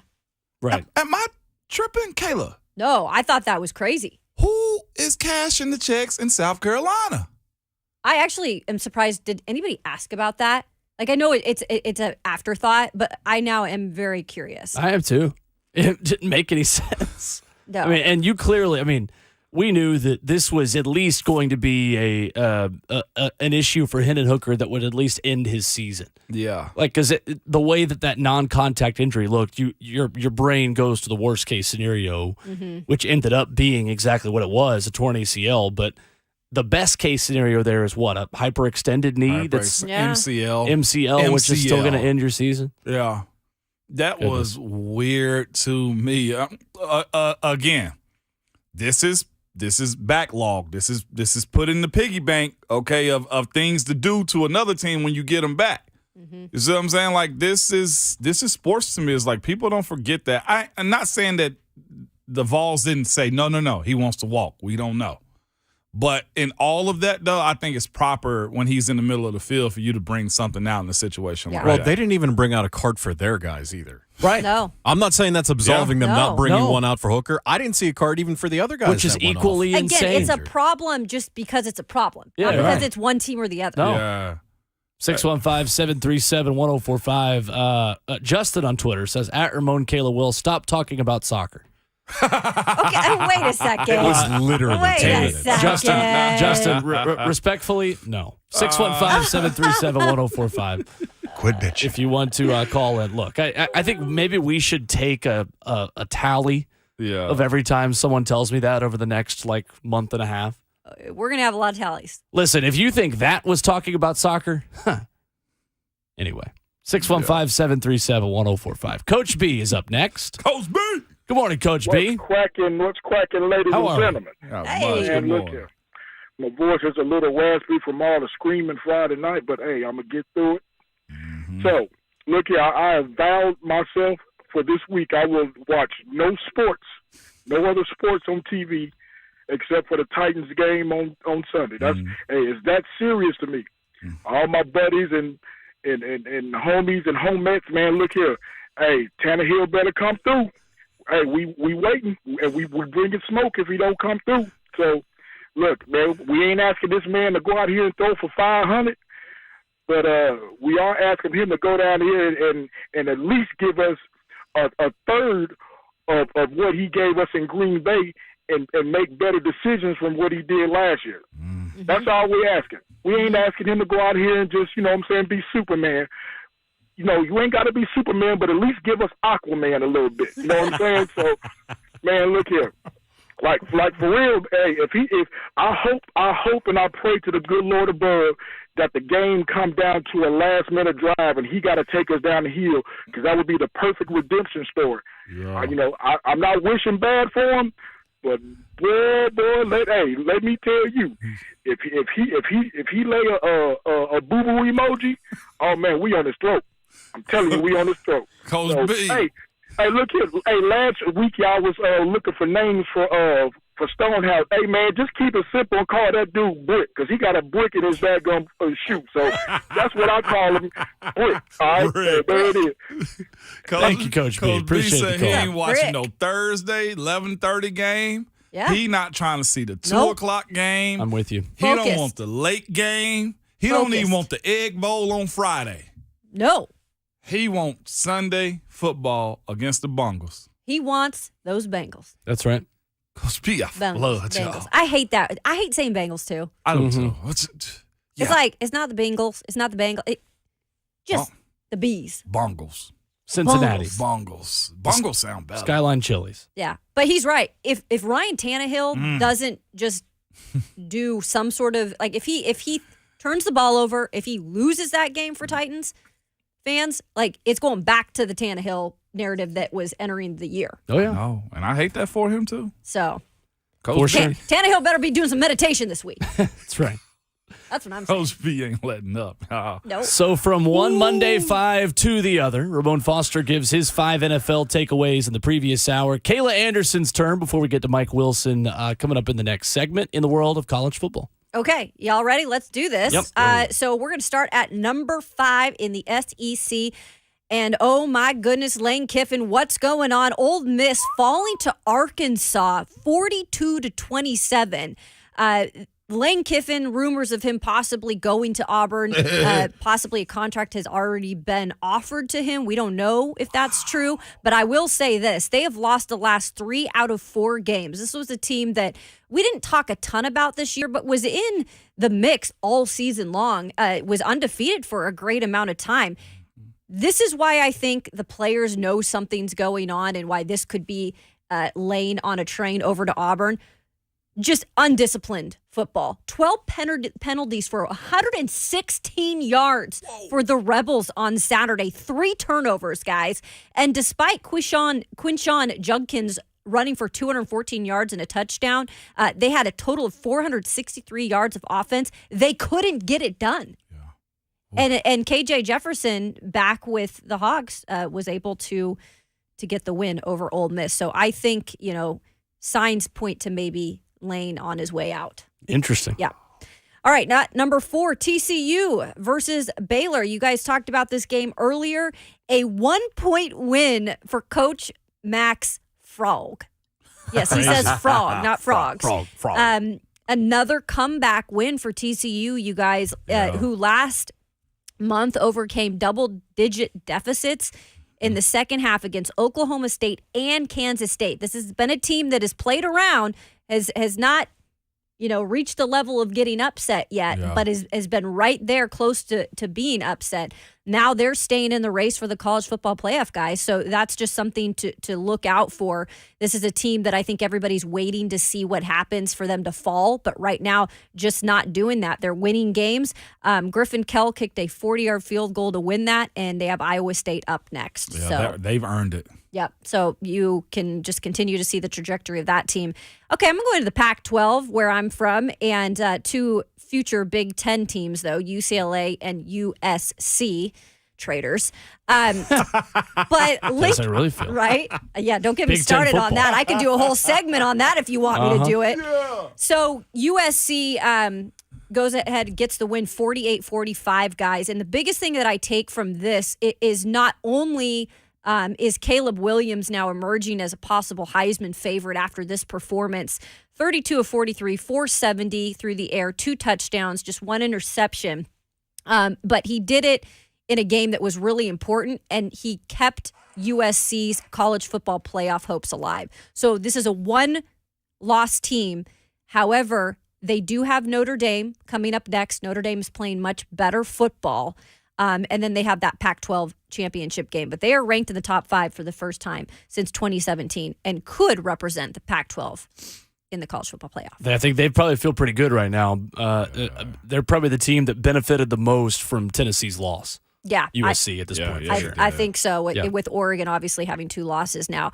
Michigan versus Illinois, another really close game that everybody had their eye on, thinking that Michigan could possibly get upset. This was a 19-17 win for the Michigan Wolverines. However, let's keep an eye on this. Blake Corum injured in the first half of that game. That's their star running back. He did come back with what they say is no structural damage in that knee. He came back in the second half, but had just 5 yards rushing, guys. And this is a guy that they have to have healthy if they have a chance at beating Ohio State in the big game this coming weekend. Look, J.J. McCarthy, no touchdowns, 1 interception for Michigan. They can't continue to have that type of a performance against Ohio State, else they're going to get rolled over. So thank goodness for their kicker, Jake Moody, who had 4 field goals to help them win that. But Blake Corum, a key in this, you guys, not 100% healthy. You want to talk about going downhill when he went out?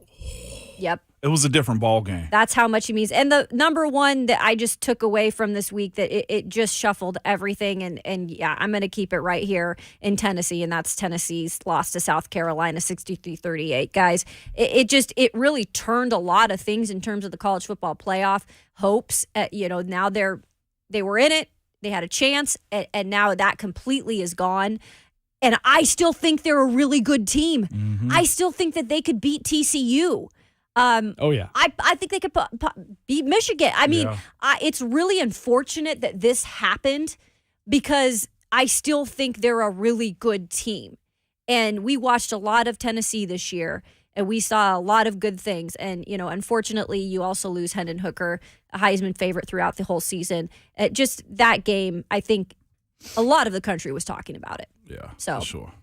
There you go. Friday 5 becomes the Monday 5 on this edition of Ramon, Kayla, and Will. 615-737-1045 is the number if you want to jump in. And when we come back, Mike Wilson of the Knoxville News Sentinel recaps a disastrous Saturday for Tennessee in Cola. We talk with him about what is next for the Vols with Joe Milton as well in Nashville this weekend. Coming up on Ramon, Kayla, and Will, 1045 The Zone.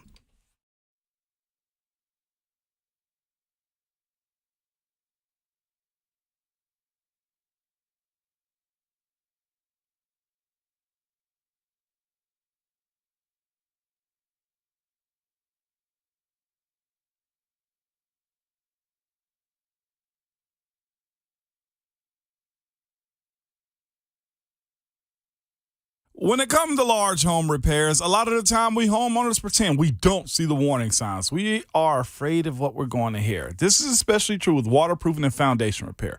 It can be something big that needs to be fixed now, or it can be a small problem that'll become bigger later, or it can simply be nothing at all. In these moments, you want a peace of mind. That's when you need United Structural Systems. With USS, you get problem solvers, experts to educate you and help you understand what's happening with your home.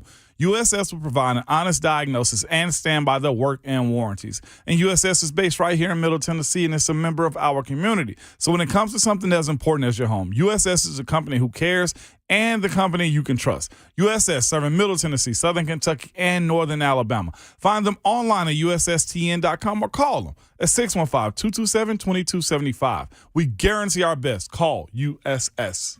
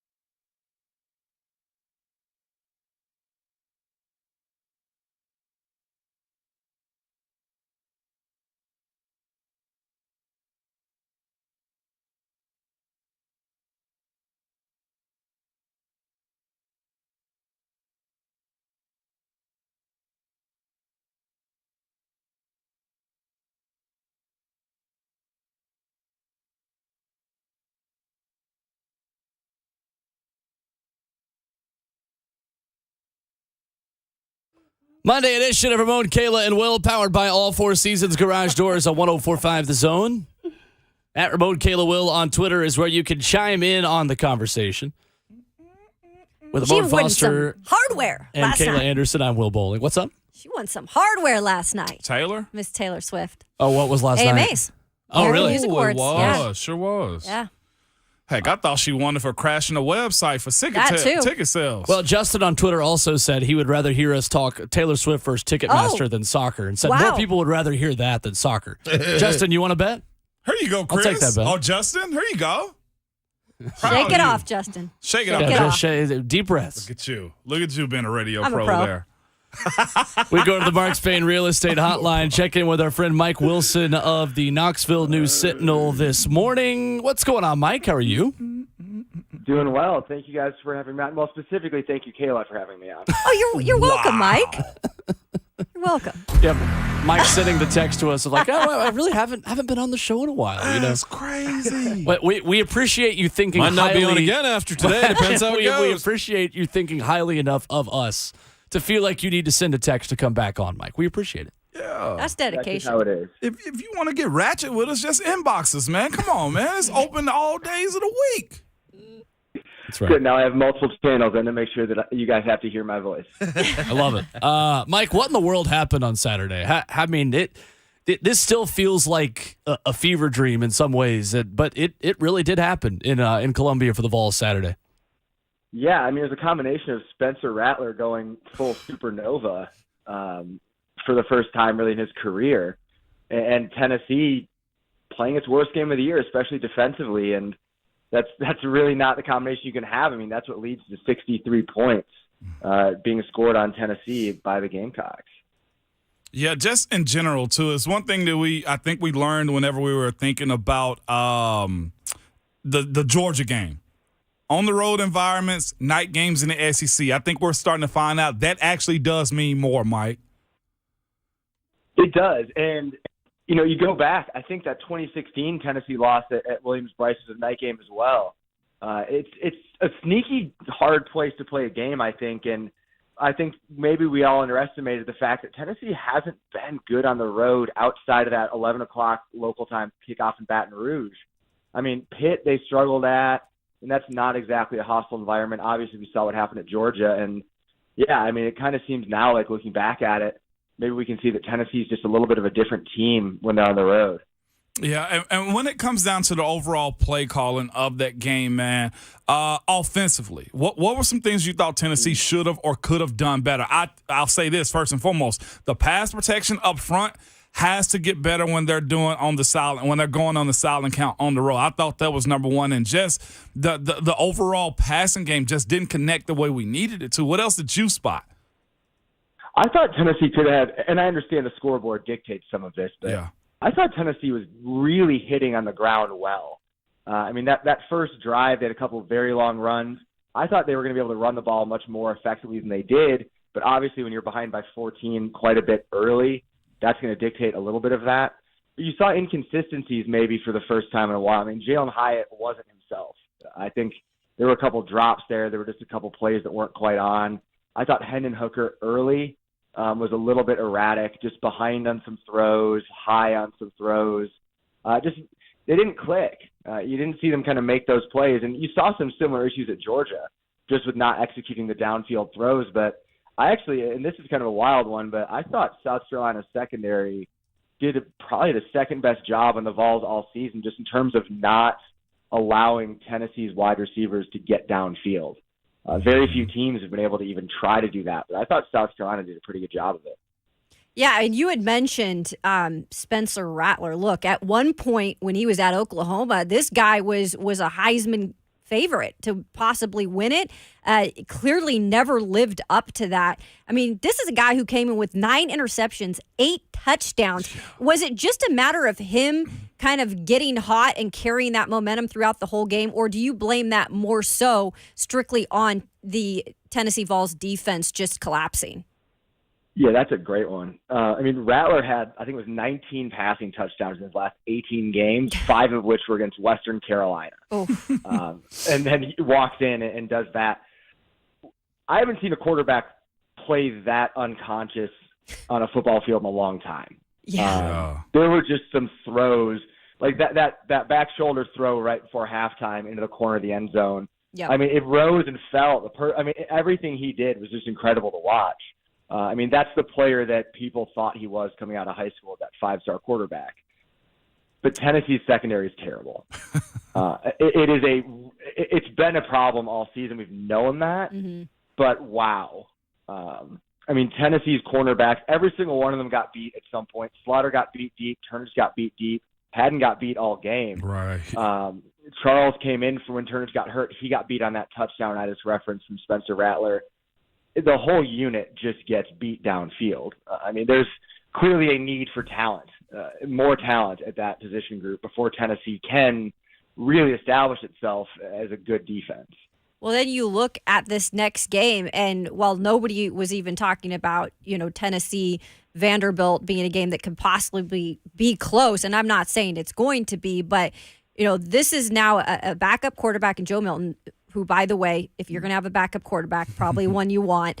But, with just what has happened and Hendon Hooker going down, do you think that it's more so this team's going to rally, or is it just kind of a slippery slope right now? This is not a game you can overlook at all. It's a gut check, right? Tennessee at this point knows it's out of the playoffs. So this comes down to pride, and at some point that's got to take over. Tennessee's got to be able to walk into that game and say you can't afford to end the season with a loss to Vanderbilt on a 2-game losing streak after sitting in the college football playoff conversation.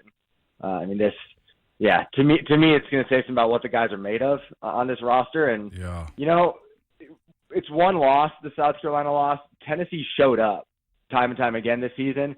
I thought Georgia just simply was better. Yeah. South Carolina, to me, was the first time that Tennessee just didn't show up. Yep.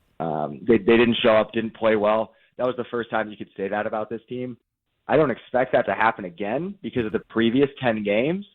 So, yeah, but it's pride. It's a pride and gut check moment for Tennessee and what it's got under Josh Heupel right now. Mike Wilson for the Knoxville News Sentinel with us this morning on Ramon, Kayla, and Will. Mike, how big of a concern is it just how Tennessee really didn't look prepared in 2 hostile road environments this season, and just how different they looked away from Neyland Stadium this year? Yeah, you see that in sports, I guess. Teams that just, play better in their routine and their rhythms. I like routine and rhythms. Who doesn't, right? But the Georgia environment was just very aggressive and hostile.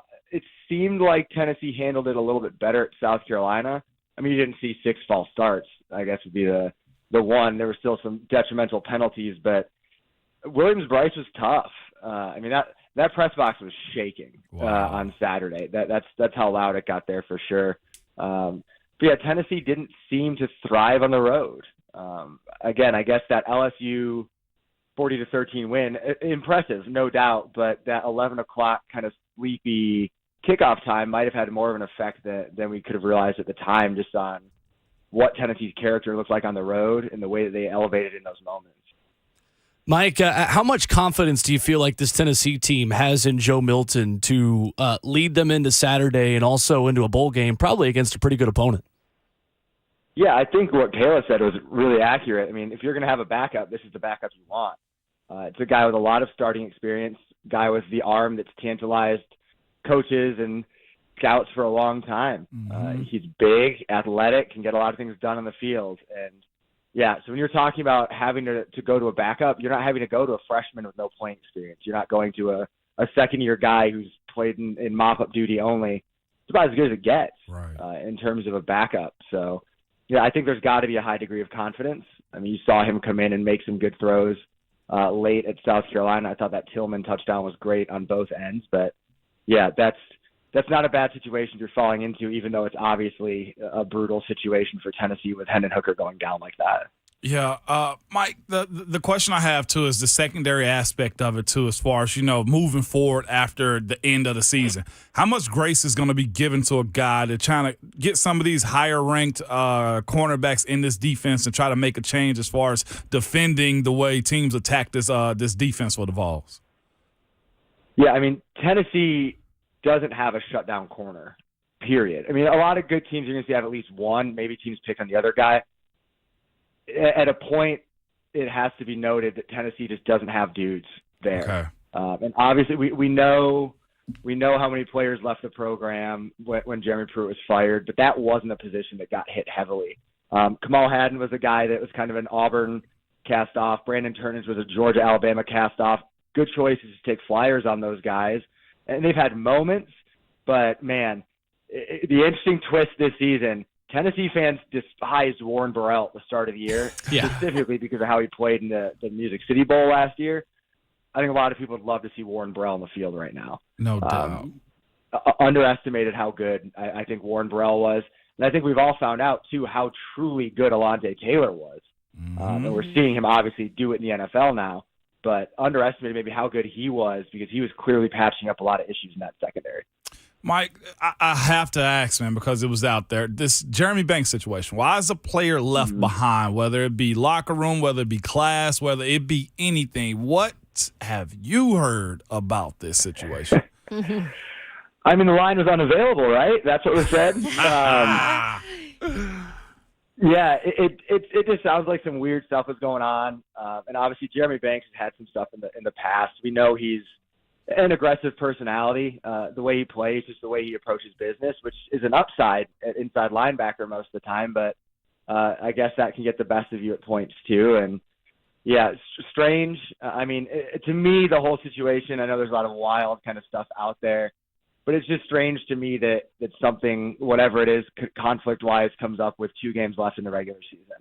Is it 10 games into the season? I feel like things are pretty settled. Yeah, at least they should be, and it seems clear that they weren't because it's bizarre to see a senior linebacker who's played that much football clearly do enough wrong that Tennessee didn't feel like they could bring him to a very important game.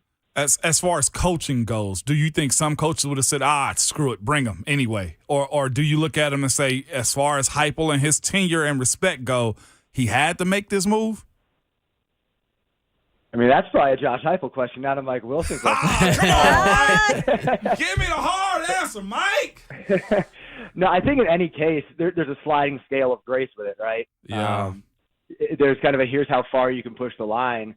And when you're a starter, I think that line's probably a little bit bigger. Yeah. To cross that line probably was harder. To put Josh Heupel in a place where he truly just had to say, nope, it's not going to fly. Because, I don't know what the line is for each player, but I'm sure it's different for each player. And I'd imagine Jeremy Banks had a little bit of a leash there and still went past it. So on the gradient line, you're saying he was about at an 8.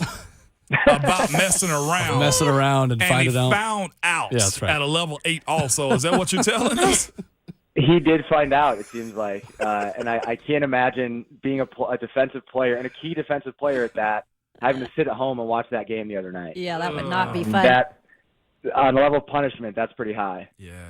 What's Hendon Hooker's legacy at Tennessee? The guy that rebuilt a program in a lot of ways. I think maybe the most interesting part for Hendon Hooker's trajectory here still remains that he committed to Jeremy Pruitt. An offense that didn't make a lot of sense for his skill set, but trying to get out of Virginia Tech, rode it out. I think perhaps the thing that speaks the most highly of his character is that he went through spring football and then Josh Heupel brought in Joe Milton at the end of it. I mean, that's basically saying none of the guys here are good enough.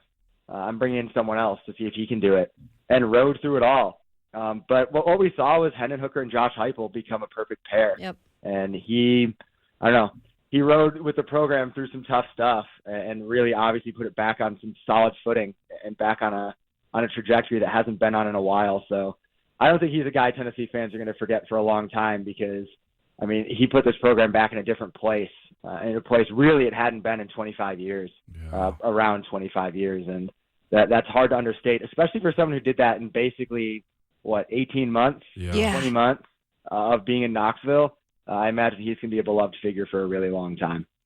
Mike, were you surprised the lack of pressure Tennessee's defensive line could get on Saturday? Because for 2 seasons now, we've seen Roddy Gardner's group get better as the season goes, and kind of an odd step backward for them on Saturday. Yeah, I think it was, 2 quarterback hurries, 1 sack on Rattler. And Rattler's a mobile, elusive guy. I thought part of it was South Carolina offensively did a good job of scheming it up to where he wasn't just sitting 3-step drop in the pocket. He was taking deeper drops, moving around, getting out in space. And I thought that was part of what made South Carolina effective But yeah, Tennessee just didn't get pressure. And again, this all ties together. When the secondary can't cover for a long time, if the front isn't getting pressure, you kind of see what happened. That's how it's going to go. But yeah, the unit itself it doesn't have a game breaker necessarily. Omari Thomas is a good player. Byron Young is a good player on the edge. They don't have that Will Anderson disruptor kind of guy. And I think that is a gap on this team. Matthew Butler had kind of become that last year. Mm-hmm. But the defense has kind of patchworked together enough throughout most of the season to avoid what happened Saturday, and that includes the defensive line up to this point in terms of getting the backfield, tackles for loss, all of that. But yeah, South Carolina did whatever it wanted on Saturday. They did. As far as this team's legacy, I guess, moving forward, even into next year, past recruiting, signing day and everything, where are they? I know you're going to lose at least 2 wide receivers. You lose a guard. You lose Hendon. Where is this team just in general with being able to kind of stack seasons of being good like this? Yeah, you're going to lose a lot of key pieces. I mean, Darnell Wright, Jerome Carpenter, probably the 2 best offensive linemen. They're out. Tillman, Keaton. I think Fant and Warren are both gone at tight end too. Jalen Hyatt obviously could explore that. Hendon Hooker's gone. So you're talking about the big pieces of this offense are gone. Joe Milton can be back. That would be a big one for Tennessee, just in terms of having a quarterback with experience in the offense. But what's always tricky with Tennessee when it comes to layering seasons like this is, as it stands right now anyway with SEC scheduling, you play Bama, Georgia, Florida every year. Mm-hmm. You could get an LSU A&M. Well, A&M's not good, but an LSU A&M caliber crossover, Arkansas. It's hard to stack a season to where if Tennessee wins Saturday, they're 10-2. It's hard to layer seasons like that with a schedule like that, just because of the teams you have to play. So Tennessee has to keep stacking talent, because I think the beauty of Josh Heupel's offense is and always will be it equalizes the playing field, regardless of maybe where you're talented or where you're not. But there's clearly some pieces Tennessee has to fill, and just to keep that ball rolling, it starts in recruiting on the transfer portal. Mm-hmm. Mike Wilson has been our guest for the Knoxville News Sentinel at by Mike Wilson on Twitter. Appreciate the time as always, Mike, and congrats on nearly surviving the end of football season. Yeah, thank you guys. I'll tell you when I want to come on again. Okay. All right, perfect. Yes, Sounds please. good. Thank you, Mike. Just DM me. Thank you, Mike. See you guys. All right, there's Mike Wilson with us on the Mark Spain Real Estate Hotline. Some stuff to react to there as we close out hour number 3 of the show, and specifically a tweet yesterday that I saw about Hendon Hooker and his legacy at Tennessee that I think is especially poignant and a good kind of word on what he was able to do for the Vols. Like it will. Don't take the surprise out your voice. Coming He's up a next, professional. Ramon, Kayla, and Will. I am a professional. 4 hours a day on 104.5 The Zone.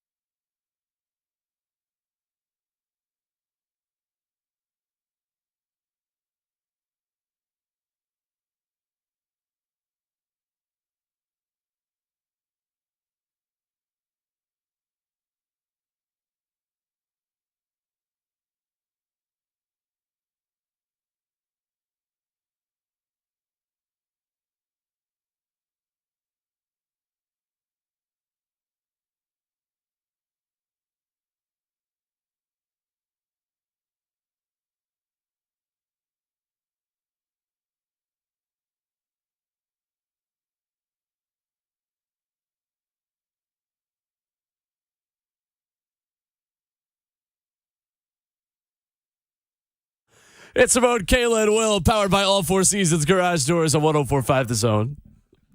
I swear, the random questions Ramon Foster will ask us just off the cuff in breaks of this show are unbelievable. Let everybody know what you just asked me. Ramon Foster, Kayla Anderson, Will Bowling with you. Ramon, Kayla, and Will. I recently just asked 2 questions. Okay. I saw an ad for something. I said, do y'all eat meatloaf outside of y'all house? Yeah, so this was question 1. Yeah, we said no. To which I said, not really. I like a good homemade meatloaf. Mama's meatloaf. The answer is yes at Cracker Barrel. You do? Oh, that's correct. Yep, I will. Anything at Cracker Barrel. I cannot It's God's eat. country. You know, I've only had breakfast at Cracker Barrel. Never anything really? else. Never anything That's else. usually what I get, too. Mostly Mama's too. pancake breakfast. Oh. Yeah. I now I'm ordered hungry. Christmas dinner last year from Cracker Barrel. Yeah. I just had to reheat. Our station had that. News 2 had that last year. Nice. We had to work. Mm-hmm. The dumplings Not are bad. good, too, though. Never ordered meatloaf outside of my house. Ever. The meatloaf at Cracker Barrel's good. You want to do that? I haven't had the meatloaf. We're going to do that. I've never done it. Don't register to me. The second question I asked, and I will ask some weird questions. I can admit that. Yeah, I'm terrible. Nothing wrong with it. No, because, look, what's a bad question? Yeah. Isn't one, okay? Well, there are a few. Yeah. But the second one was because I saw a video. I asked Kayla, I said, hey, Kayla, have you ever seen a buffalo in real life? I said, yeah. I lived in Montana for 3 years.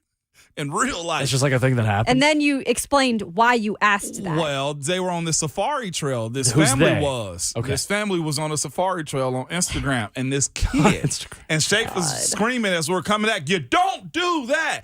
And I said, this kid was trying to pet a wild bison, buffalo, whichever, and the buffalo quickly just flop, flop in his face. And I was like, oh, that's right. Like, it is a I don't wild know animal. what flop flop means. It's not a teddy bear. No, it's not a teddy bear at all. The flop flop wheel is when you just 2 hits and you hit the ground and they hit you, you hit the ground. Ron Slay, bang, bang. Bang, bang. Yeah. That's right. Yeah, all of them equivalent. You don't pet wild buffalo. No, keep your hands in the windows. I'm grabbing my headphones. I just hear, you ever see a buffalo before? I'm like, where's your head this morning? It's a random you need to question. take that trip to Montana. Ramon's Instagram algorithm is crazy because it provokes just some really random questions. You might see a fight. You might see nature. You might see a restaurant. There's no telling what you might see on mine. Yeah, it's weird. But I try to break the algorithm all the time, though. I just not go on sometimes. Oh, expect the unexpected. Anyway, feel me? there's your You can't buffalo track me if bison I'm tracking you. talk for the morning. And meatloaf too. Yeah. So the conversation on Hendon Hooker and Mike talked about his legacy of leading a program back. Just to kind of get sentimental for a minute, like the memories that guy brought Tennessee fans today that Tennessee fans have not had in 20 years is substantial. But just the fact that, and Mike mentioned this, Hendon Hooker was never a Josh Heupel quarterback from day one. I think that's the element of his legacy at Tennessee that needs to be emphasized and remembered, is that guy committed to Jay Graham and Jeremy Pruitt with a lot of other people. I mean, the transfer portal was open that year where a lot of guys committed to Jeremy Pruitt in that kind of lame duck period that he had where you knew he was probably getting fired, but he was still around recruiting. Yeah. And he stayed when a lot of guys had bigger opportunities to go other places and have easier paths to the college football playoff. And Hendon Hooker got his team closer to the playoff than a lot of the guys that left for Oklahoma, for Alabama, for Michigan State, for all the other places they went. So Hendon Hooker will forever be remembered, I think, as a favorite Vol of the last 20 years for most of this fan base for that reason. I don't even see why you didn't include all. Like, legitimately, without a quarterback, our program has been crap. It really has. Somebody that's been steady. Somebody to actually lead. I remember specifically Ainge and the conversation that Fulmer had about him. Like, you have to be the representation of the entire university. Not just the team, not your teammates. But if I said to you, Hendon Hooker, okay, Josh Dobbs, as far as their eras, their tenures goes, I know Ainge post-Vols had whatever, but when Ainge was there, you recognized it. When Clausen was there, you recognized it. When Dobbs was there, you recognized it. Peyton was there, you recognized it. T was there, you recognized it. Hendon Hooker, you recognized it by those guys. Say what you want to about it. You can throw Eric Berry in there, right? As far as the tenure he was in. But the quarterback being that good, I think with this one, we at least got an opportunity to enjoy what Hendon did, as opposed to when Dobbs was there, everybody was like, oh, man, we didn't realize it. Yeah. So now you realize what a good quarterback can do for your school. Ask Georgia. And I think what is appreciated outside of Tennessee Vols fans is the appreciation just for the fact that this is a quarterback who worked his butt off to get to where he's at, who had to kind of overcome adversity in his career, and he was an older quarterback making the most of it on a primetime stage this year where he was a favorite to win or in the mix of being one of the favorites to win the Heisman almost the entire season. Yeah. I mean, up into this game, we were talking about him possibly being right there if he had a big game against South Carolina. Unfortunately, it didn't go that way. Right. But just I guess the way he held himself this year, especially even when all the lights were on him, he never seemed to be a guy that was a me guy. And I think that's so big in this day and age when these kids are getting the accolades that they're getting. Yeah. Especially a guy that's got an NIL deal with Mercedes. He's All-American level quarterback. Yeah. For that guy to still be a team-first guy, it flies in the face a little bit of where people think college football players are going and where college athletes are going. Oh, it's about the money. You know, that guy took ownership of Tennessee more than he, more than a lot of people thought he would for only being there for 2 years. Me? Yeah. I didn't know it was going to look like this. No. Well, he got custom Air Force Ones from French's Mustard. French's Mustard. That's what broke the camel's back right there. That's what had him hot right there. That's right. Coming up already on to the fourth quarter of the show today. Wow. Went by quick. 3 hours down and one more to go. Andy Staples of The Athletic joins us in hour 4. We continue to look at the headlines from a crazy weekend after this. More of your phone calls at 615-737-1045. 4's up. And maybe a World Cup update where I'll get yelled at. Oh, the audacity. You troll. Next on 104.5 The Zone.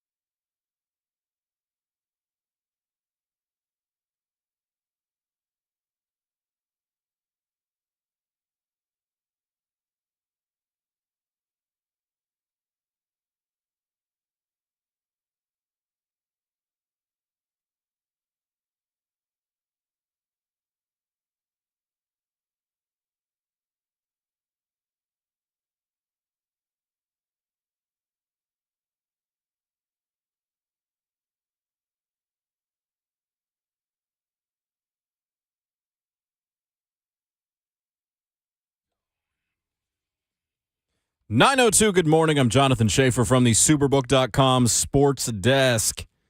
Vols quarterback Hendon Hooker tore the ACL in his left knee during the fourth quarter of Saturday's loss to South Carolina.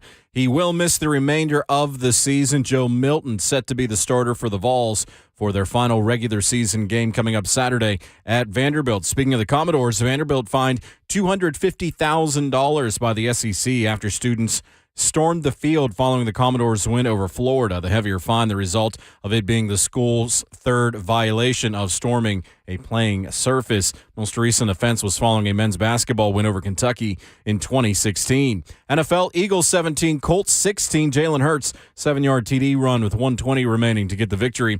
Commanders 23, Texans 10. Chiefs 30, Chargers 27 on Sunday Night Football. Patrick Mahomes found Travis Kelce for a 17-yard touchdown with 31 seconds remaining. Mahomes takes the low snap, drops back to pass, throws to his left. He has Kelce inside the 10, the 5, into the end zone. Touchdown, Kelce, 17 yards. He's over 100 for the game, and the Chiefs retake the lead, 29-27. Monday Night Football, 49ers at the Cardinals. You can hear the game on The Zone. Women's hoops, UCLA defeated the Lady Vols 80-63. To the Association, Nets 127, Grizzlies 115. The Coyotes taking on the Predators at Bridgestone Arena tonight, 7 o'clock puck drop. Nashville 3-1 during its current homestand. And England having their way with Iran right now. Will Bowling will provide more details here in just a moment. For all your foundation repair and waterproofing needs, visit USSTN.com. Breaking news at once on your own for the Titans and the Vols. This is 104.5 The Zone.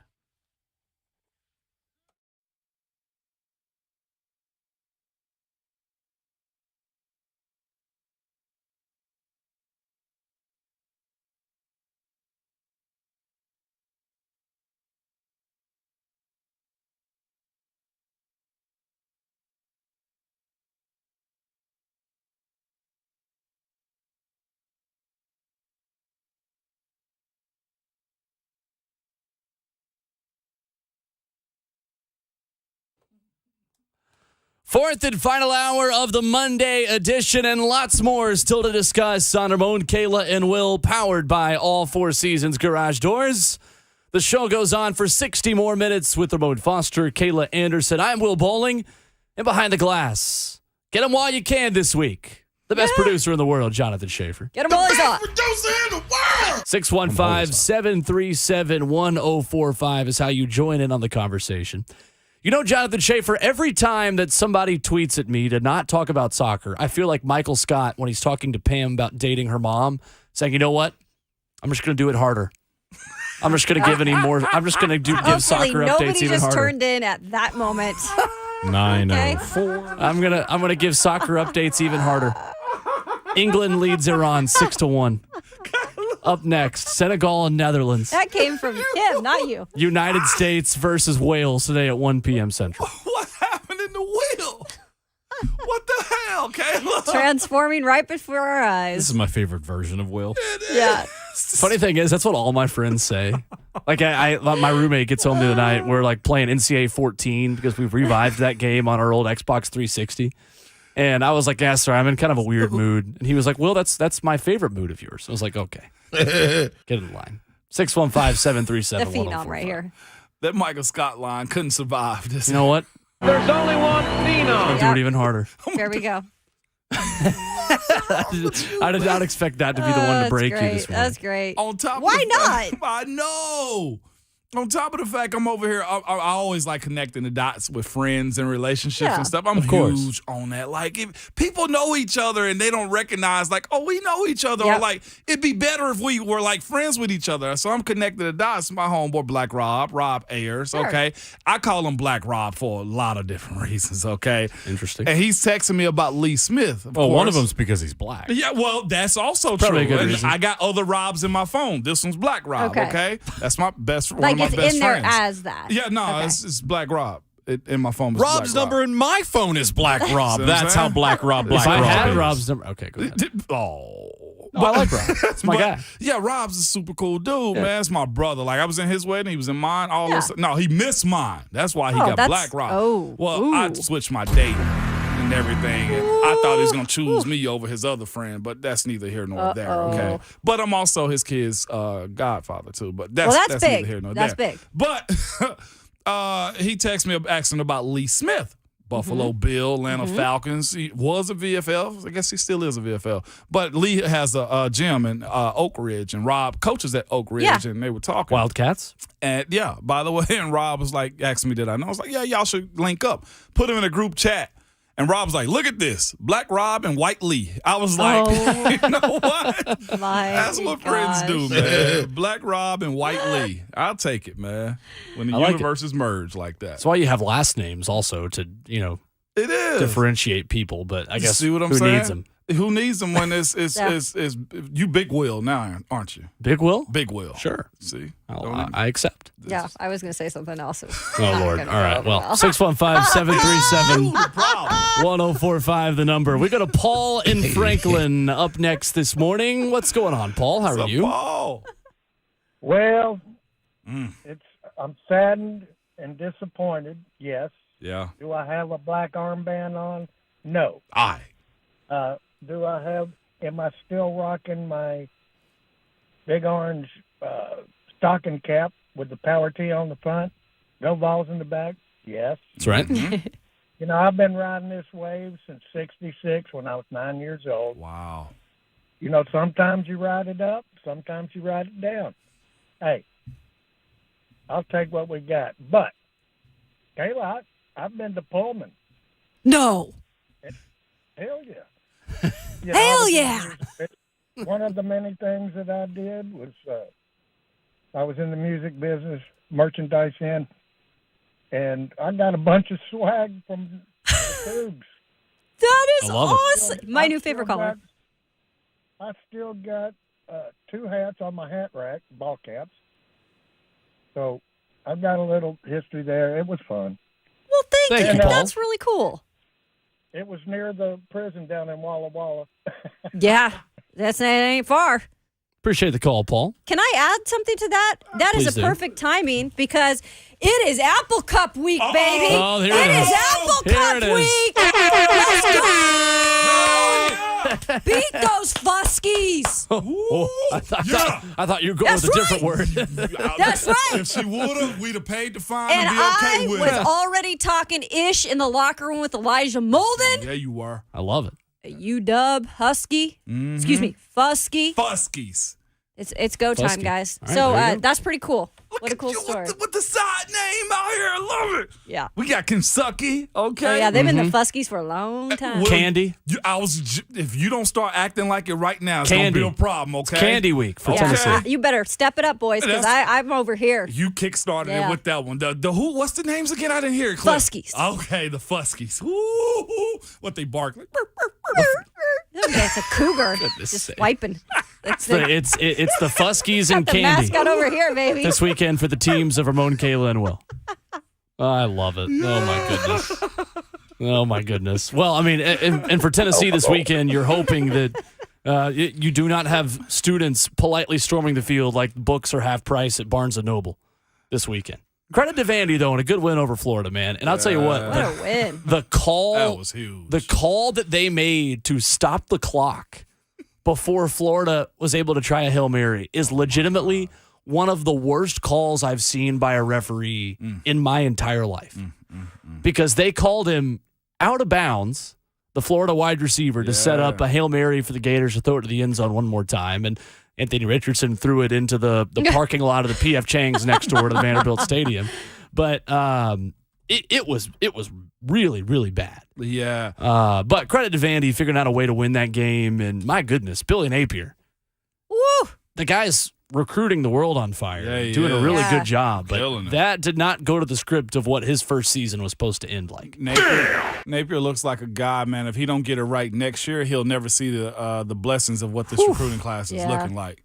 I mean, you cannot lose that game if you're Florida. No. But no. credit to Vandy and Mike Wright. Hold man. on. Mike Wright is doing a good job. Bama lost to ULM in Saban's first year. Right. I'm just saying. That's true. All right. that Yes, was they Nick lost to Saban. Vandy. Right. But he still lost to ULM Yeah. as Alabama in their first year. true. So Yes, I'm with Ramon. You can't I saw have that. 2 bad years, but the fact that they lost to Vandy, not a humongous shock in terms of this happens sometimes with the rebuilding programs. Sure. That's just still a talented team. Like, that's the other thing. Florida has changed coaches quite a bit, but Florida recruits in that state. I don't know, Dan Mullen didn't recruit that well, but like the second best kids out of Florida are still better than the best kids out of most other states. I don't know. I feel like that team should be expected. Well, and I say it can't happen because you've taken a step back after you crushed South Carolina a week ago. Yeah. Which that's just 2 really weird weeks for Tennessee and Florida and South Carolina. Which is also common with rebuilding teams. That's You're true. inconsistent. No, you're right. And again, why did they switch quarterbacks in the middle of the season? I don't know. I have no idea, Mike Wright man. is clearly No clue. the guy. Mike This Wright year. deserves a lot of credit for taking ownership of that situation at Vanderbilt and making the most of it. Like a pro. Absolutely. Like more pro than I've ever said. Listen, His story with what happened. if that And was he had me, to be a leader. He had the C on his jersey. yeah, he did. And he had to sit there and still be the C. I'd have treated them like David Ruffin. This is David Ruffin and the Temptations now. Like, y'all Yeah. gonna put some respect on my name. Like, Right. I would have had to. You imagine? He's so humble, man. Super humble, He's man. so Shout out to humble. Mike Wright for Yeah, that, man. we love don't- you, Mike Wright. Yeah, 100%. Absolutely. When we come back, Andy Staples of The Athletic joins the conversation not only about the Vols' loss in Columbia, but the SEC headlines around a weekend where Arkansas crushes Ole Miss, Florida gets the field stormed against them by Vanderbilt, and the Vols prepare with Joe Milton as QB1. We dive into those headlines and much more. Andy Staples of The Athletic up next on Ramon, Kayla, and Will, 104.5 The Zone.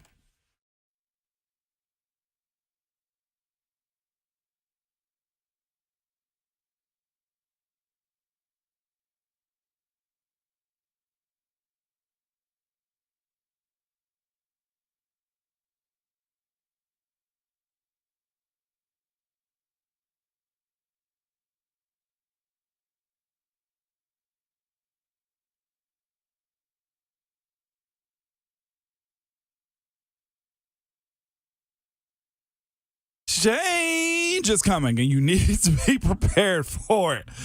I just broke Kayla right there. Hey, this is Ramon Falson. I just admitted to Shafe. I'm a goof at times. I enjoy a good time. Oh, But yeah. let me tell you this, though. New regulations are coming soon that could increase the price of replacing your older HVAC system by over 20%. And that's why you need to act now and get that older system replaced by my friends at Spring Hill Heating and Cooling. Listen, they offer 18 months with no payments. You can lock in today's price and not have to pay until spring of 2024. Or you can get up to $1,500 off your new HVAC system. Spring Hill Heating and Cooling is always backed by 10-year parts and labor warranties on York products. And Spring Hill Heating and Cooling is also a York certified comfort expert company. And if you're in need of repair work, they offer free service calls with their repairs. Plus, low monthly payments on those repairs. They are the heating and cooling company that can take care of all of your HVAC needs. Spring Hill Heating and Cooling. Available anytime at springhillac.com.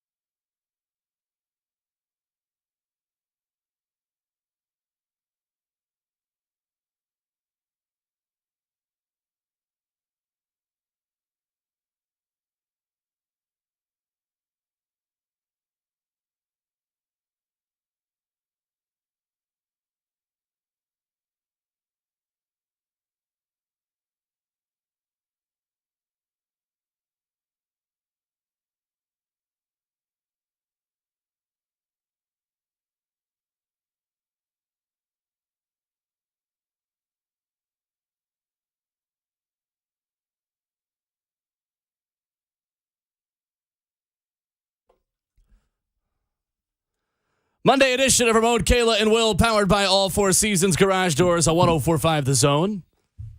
The show that after 30 seconds is already getting yelled at for giving World Cup updates today. We can do that and talk college football, which we do here at Hour 4. With Ramon Foster and Kayla Anderson, I'm Will Bowling. We go to the Mark Spain Real Estate Hotline and check in with Andy Staples, our friend from The Athletic. Good morning, Andy. How are you? I'm good. I am not watching anybody in their underwear running around the middle of a field. Unfortunate. Unfortunate. Andy, what in the world happened to Tennessee on Saturday in Cola? How do you make sense of this? I don't. I mean, South Carolina hadn't done that to anybody. That was crazy. I mean, the only thing that makes sense is that 18 to 22-year-olds are fairly inconsistent. A fairly inconsistent age group. Like they do one thing one week and another thing the other week, and that was bizarre to watch, just because South Carolina offensively had been pretty pedestrian. Both their best backs were out. You know, they're trying to force feed Jaheim Bell by moving him to running back, and it had worked to a degree, but not really. And Spencer Rattler had been okay, but had never had a game like that. And all of a sudden, kaboom! It all happens at once, and Tennessee's defense isn't prepared for it. Now, the saddest part is what happened to Hendon Hooker. Yeah. They were going to lose that game regardless of the injury, obviously. But it's wild that's how it happened. And when you think back to 2016, after they beat Florida and Georgia, it was losing to South Carolina that was the real thing that started all the downturn. That cost them the SEC East. They were still probably going to go to the Sugar Bowl, then they lost to Vandy. So, and look, without Hooker, with Joe Milton starting, I would worry about a Vandy team on a 2-game SEC win streak. Like, legitimately worry about it. Yeah, it's crazy how quickly the conversation changes about that game, for sure.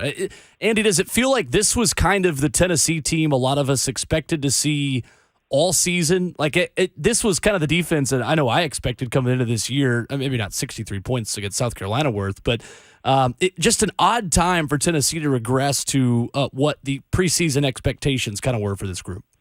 Yeah, it was very strange, but it is exactly. I remember talking to you guys in August and saying, boy, they're going to win a lot of shootouts and they're going to lose some shootouts. Yeah. And that hasn't really been the case. That hasn't been what they've been. And so I don't know why. I mean, I'll be curious to hear what the Tennessee coaches have to say. I heard Heupel the other night. If maybe something comes out later and we find out that there was something going on during the week, or I don't know. But it was a very strange situation, and it's hard to explain because that defense, even in the games when it hasn't been particularly great, has had its moments. Mm-hmm. And they just couldn't stop South Carolina at all. Andy, when it comes to Marcus Satterfield and friggin' Rattler, I need to ask you, who did they talk to? Who was summoned to get them to call plays like that and for Rattler to play the way he did? When he did the twirly thing with his finger and said, keep going, I had a feeling we were in trouble. I just didn't want to believe it then. So who did they talk to? I have no idea, Ramon. I watched that Florida-South Carolina game the week before and was like, Tennessee's going to beat these guys by 100. Yeah. Good Lord. These guys are bad. And look, I mean, you think about it. They lost to Missouri. They had beaten Vandy and looked okay. They beat Texas A&M, but the more you watch Texas A&M, you're like, well, of course they beat Texas A&M. And so there wasn't anything they'd done that suggested this was even possible. I know. I'm just as locked in as you are. I'm like, boy, if Marcus Satterfield were ever going to save his job, he did it then. Because that fan base, and I follow a few of those guys. They were ready to run him off. Yeah. They were ready to run Shane Beamer off after the Florida game. You see? So it is what it is at this point, man.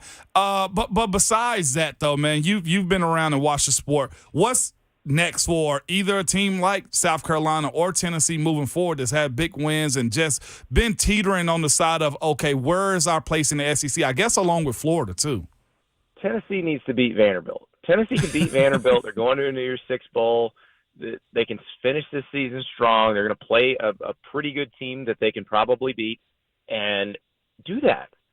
It's one of those things where everybody's going to be mad about it in the moment. Yeah. But when you look back, if I'd said before this season started, Tennessee's going to win 10 games, go to a New Year's Six bowl, might win 11 games in the bowl game, then you'd be like, oh, wow, they are making great progress. That sounds amazing. And I think because they got so close to the sun, you start thinking, well, no, okay, this is disappointing. It's not disappointing in the grand scheme of things. Think again. Just remember, back to February 2021, the situation Josh Heupel walked into. Yeah. We were like, this is going to take 5 years to dig out of. Mm-hmm. It hasn't. So now the job is to keep making progress, and things will happen. And you will lose your quarterback. I mean, they're going to lose Hendon Hooker anyway because he was going to graduate. So they've got to find a new QB1, whether that's Joe Milton next year or Nico's coming. And we'll see how all that shakes out. But can they build on this? Because Florida's trying to recruit better. Florida's obviously got a ways to go, too. You saw them lose in your town over the weekend. They're not perfect in any way, shape, or form. They have a lot of problems that they got to take care of. I think Florida probably is in line for a roster flip through the transfer portal this offseason.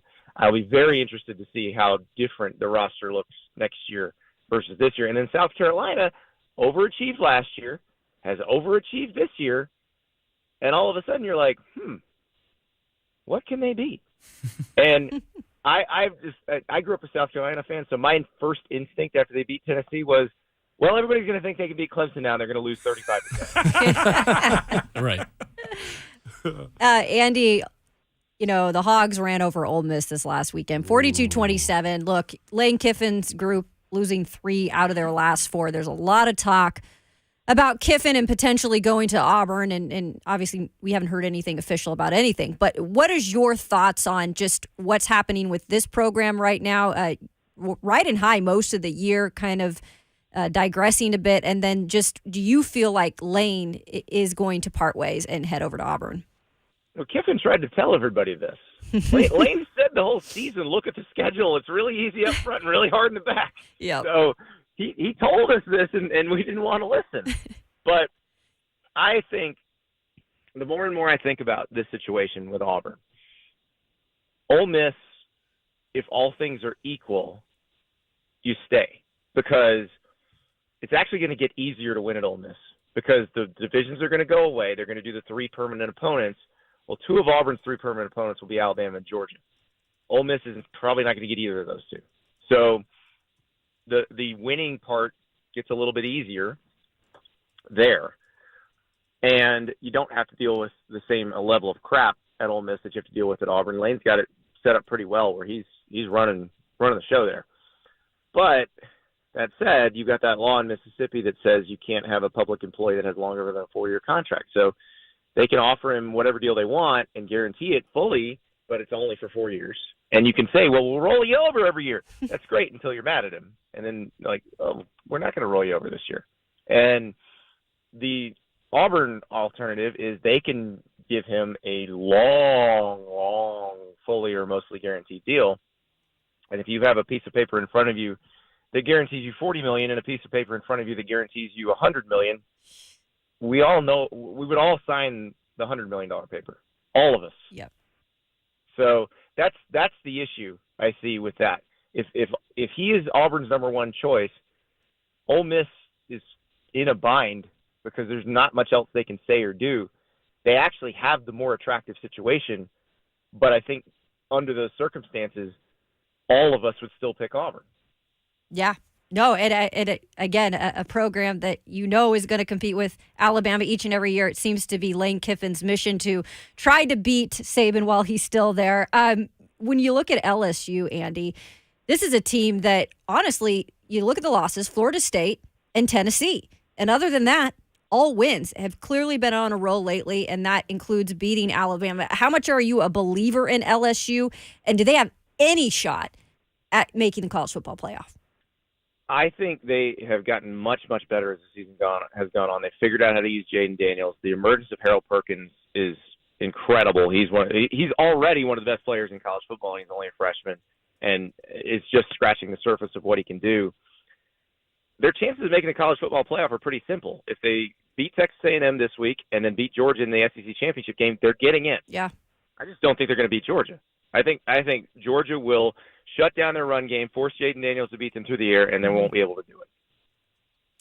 Andy Staples from The Athletic with us this morning on Ramon, Kayla, and Will.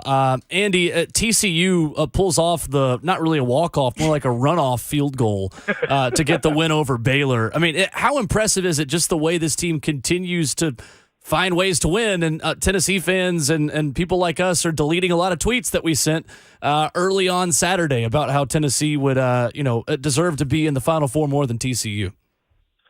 I love the way TCU wins because they win every way. They have found every possible way to win. Well, I say that. They'll find some new way against Iowa State. Sure. But the other thing about TCU is the Big 12 has no chum this year. Like, not even Kansas. I mean, Kansas is bowl eligible. Like, you can get beat by any team in the Big 12 any given week. And so you can't sleepwalk through a game and win. Every other league has games where you can sleepwalk and win. And TCU has managed to win every one. So, like, if they're 13-0, obviously they're in. If they're 12-1, I still think they should be considered, but I think they won't get in specifically because the 12-1 probably means they lost to K-State in the Big 12 title game. And listen, I know the committee says that conference championships matter. It only matters when they want it to matter. Yeah. Right. Like, if TCU is 12-1 and they're up against an 11-1 Ohio State that just barely lost to Michigan, maybe on a controversial call, I bet they put Ohio State in there. Right. They think Ohio State would beat them.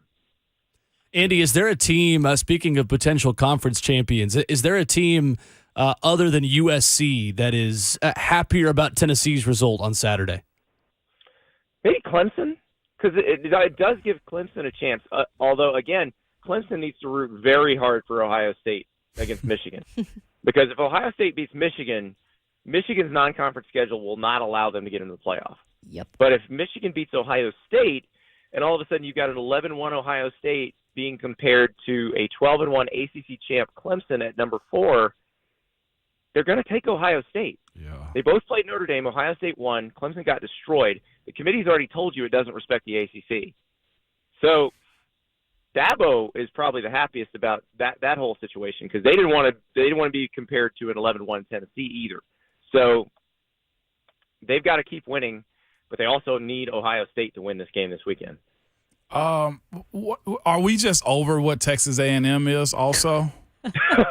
It's unbelievable. Did you guys see the stadium after halftime? The shirt relay in the stands is not something I expect. Not a sentence I expected to be saying this morning. So watch them beat LSU just because it's a weird sport. Weird stuff happens. But no, they are terrible. And they're going to have to make changes. The thought is that Jimbo Fisher will hire an offensive coordinator who will then take over the play calling duties from Jimbo Fisher. Again, I need to see that happen first because Jimbo is a very headstrong guy, and I think he may do that. I really do think he'll revamp his offensive staff after this season, but he's the type of guy that if he gets upset after 2 games, he's taking play calling back. Right. Mm-hmm. Jeez. And he doesn't have it right now. No. Unless he has a serious come to Jesus moment about offensive philosophy and decides what I do doesn't work. Because here's the thing. He's got this massive playbook and it's got everything in it. And he is a very good play caller. And he calls the right plays for the right situations. But the problem is he calls the play for the situation and not for what his personnel can do. And, like, if he were Nick Saban's offensive coordinator, for example, Nick would come to him and say, you call the plays the players run the best. Stop calling the play that you think is the best one for this situation and call the one that is easiest for the players to run because that will breed success. He's got to change philosophically before this is going to work. But he has time also is what you're saying? Or do they not care about that $70+ million buyout? 86.5 million. Oh, my bad. Yeah. I didn't mean it. My bad. I mean, depends on the price of oil, right? I mean, So there's your problem right there. I mean, this is it's 25% due up front, which would be $21.5 million. It'd be $7.5 million a year for 9 years. They're not paying that. They're not. Now they would have if they'd lost to UMass, but they're not paying that. So now if they do this again next year, they'll have to find the money. Yeah. Which is crazy when you think about it, because it's still going to be $79 million, or no, 70. I'm bad at math. $77 million. We're all bad at math, Andy. That's all right. We look over at the Pac-12, my conference over there, and I think USC, one loss, the only hope to try to get in the college football playoff and represent the Pac-12, but they've got Notre Dame coming up. What do you see out of this USC team? I think Caleb Williams is starting to really kind of get some more national attention here, especially with that win over UCLA. But, hey, Notre Dame, you can't sit there and push them off. No, Notre Dame's a lot better than they were at the beginning of the season. I mean, they've improved. Their offense has found an identity. Their defense is pretty good. And here's the thing: USC's defense is bad. Yep. This is a Lincoln Riley team. Like, every Lincoln Riley team's been basically the same. Mm-hmm. Great offense, not great defense. If USC beats Notre Dame and then wins the Pac-12 title, Caleb Williams will win the Heisman, because he will have to have been amazing in these next two games to overcome the problems with their defense. So you'll have them in the playoff, and they will have a Heisman winner if that happens. But it's hard to have watched their defense all season and think they won't let them down at some point over the next 2 weeks. And as great as Caleb Williams has been, and he's been amazing, he's basically being forced to be almost perfect. And that's a hard thing to put on a guy. Yeah. So I think that's the thing. So if I were betting, I'd say I still think they lose one of these two because their defense lets them down. But again, if they win them both, enjoy your Heisman Trophy, Caleb Williams. Right. Andy, on the way out, if you talked to a lot of Kentucky fans yesterday, it was a bad day for them, not because they lost to Gonzaga, but because they gave Mark Stoops another long-term extension. Were you surprised? I had to get that little jab in there. Were you surprised to see the length of this thing and just the amount of dollars they're throwing at Mark Stoops again here? Best job in America. I've said it all along. That's right. I've said it for years. They don't care if you look. They will never be the best team. I mean, the divisions are going away, but let's say the divisions were still around. They would never be the best team in the East as long as Kirby Smart's at Georgia. You are Tennessee or Florida doing like one thing right away from them just lapping you. And then South Carolina is always kind of going to be neck and neck with you depending on how they're feeling that year. $8.3 million. It's incredible. It's unbelievable. I would never leave if I were him. And I was wondering with Mark Stoops, at what point would he be happy with that, or would he say, I have to go somewhere where maybe I can win a national title? Yeah. Well, I think we know the answer. And look, if Kentucky comes to me with $8.3 million and they're not ready to run you off after this season, like they give you this and you lose to Vandy, like never leave. Never, ever leave.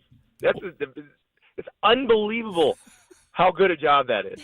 Yep. Because if you were anywhere else in the SEC, practically, you would be run off for what he's been able to do the last few years. And here, they just keep giving you raises.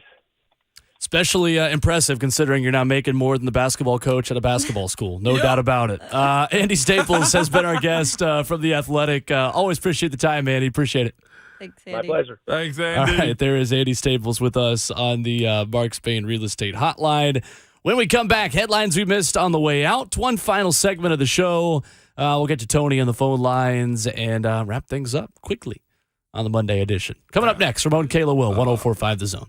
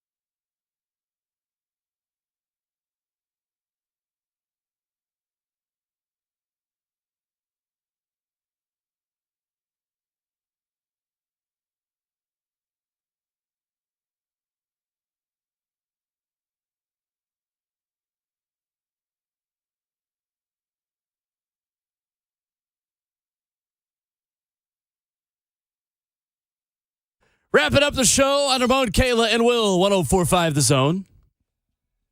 Tough weekend for those of us that wear orange.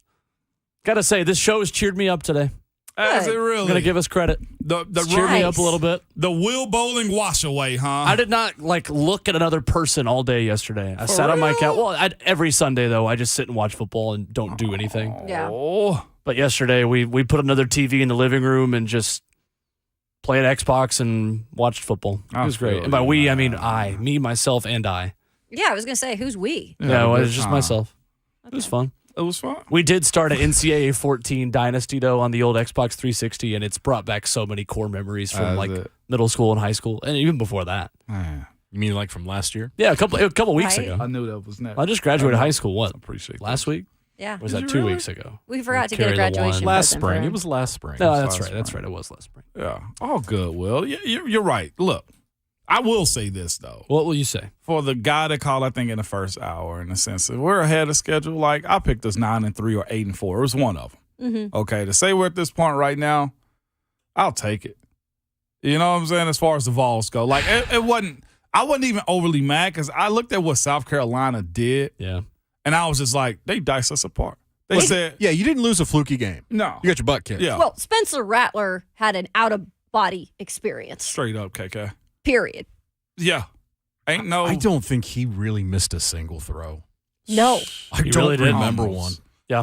Like somebody came down inside his body and said, hey, I'm going to play quarterback tonight for you. They did it even harder. Sure did. Sure did. So should I give our Netherlands-Senegal preview of the next World Cup game now, or should I do that? Oh, boy. No, I'll do that in the 10:15 segment as an off-air in the green room. There you go. 615-737-1045. Tony is up next on the phone lines, wrapping things up. What's going on, Tony? Yeah, good morning. Good morning. Morning. I feel the same way, fellas. I feel the same way. Yeah. You know, I've been a Vol fan way back. Matter of fact, one of my good friends, he was the first black football player in the SEC. Lester McLean out of Antioch. Yes, sir. Yeah. Lester McLean. Yeah. But two things I'll say, and then I'll get off and I'll listen. What really concerned me started off with the Alabama game. Because whether we like it or not, the standard college football is Alabama. That's who all these teams measure themselves by. And when they played us, if you put all of Alabama's receivers in a mixer, you wouldn't come out with one good receiver. and that's just a fact. Tell it like it is, Tony. But saying it on that note is, they played a three-man game against us. Yeah. That was Bryce Young, Gibbs, and they sprinkled in the tight end. Yeah. Latu. Every now and then. Mm-hmm. And they put up 49 points on us. That concerned me right then and there. And to say that is, one of the sure-handed receivers, Gibbs, if he don't drop the ball, they first and 10 on our 30-yard line. If he don't drop a perfectly thrown ball in his hands, he's at least down to the 15-yard line. Yep. Yeah. That concerned me. Sure. Now, the Gamecock game, what concerned me, I don't know if anybody picked it up. Maybe I'm looking at it wrong. What's the young man, the receiver, named number 4 that was out all year? Tillman. Cedric Tillman. Great young man, great receiver. But here's the point. While he was out, that offense was running like a well-oiled machine. Sure. When they brought him back, they was working so hard in that game to get him reacclimated to the offense that they lost their what would be the word chemistry. Yeah, and thanks, Tony. We do have to kind of get out of here because there's another show after us. But I don't think putting Cedric Tillman back in, I don't think was a detriment to this team. But certainly the issues in the secondary. Look, it's as simple as this. you don't have corners that can win one-on-one against SEC wide receivers on that defense right now. And you can scheme and you can have the big plays all you want to, but if you can't win one-on-one in this league, you're just not going to win every single week. So there's the Monday show. Appreciate you hanging out with us. Appreciate Mike Wilson and Andy Staples for stopping by. We are back at it again tomorrow morning at 6 a.m. Some Ron Slay, some top 7, bottom 3, campus visits as well. Lots to discuss as the Titans prepare for the Cincinnati Bungles in Nissan Stadium on Sunday. We'll talk to you tomorrow morning, and Ramon Foster talks to you now about a topic that's important to him. You must always remember that your Twitter fingers and your mic is always hot. USA Wales at 1. Oh, God.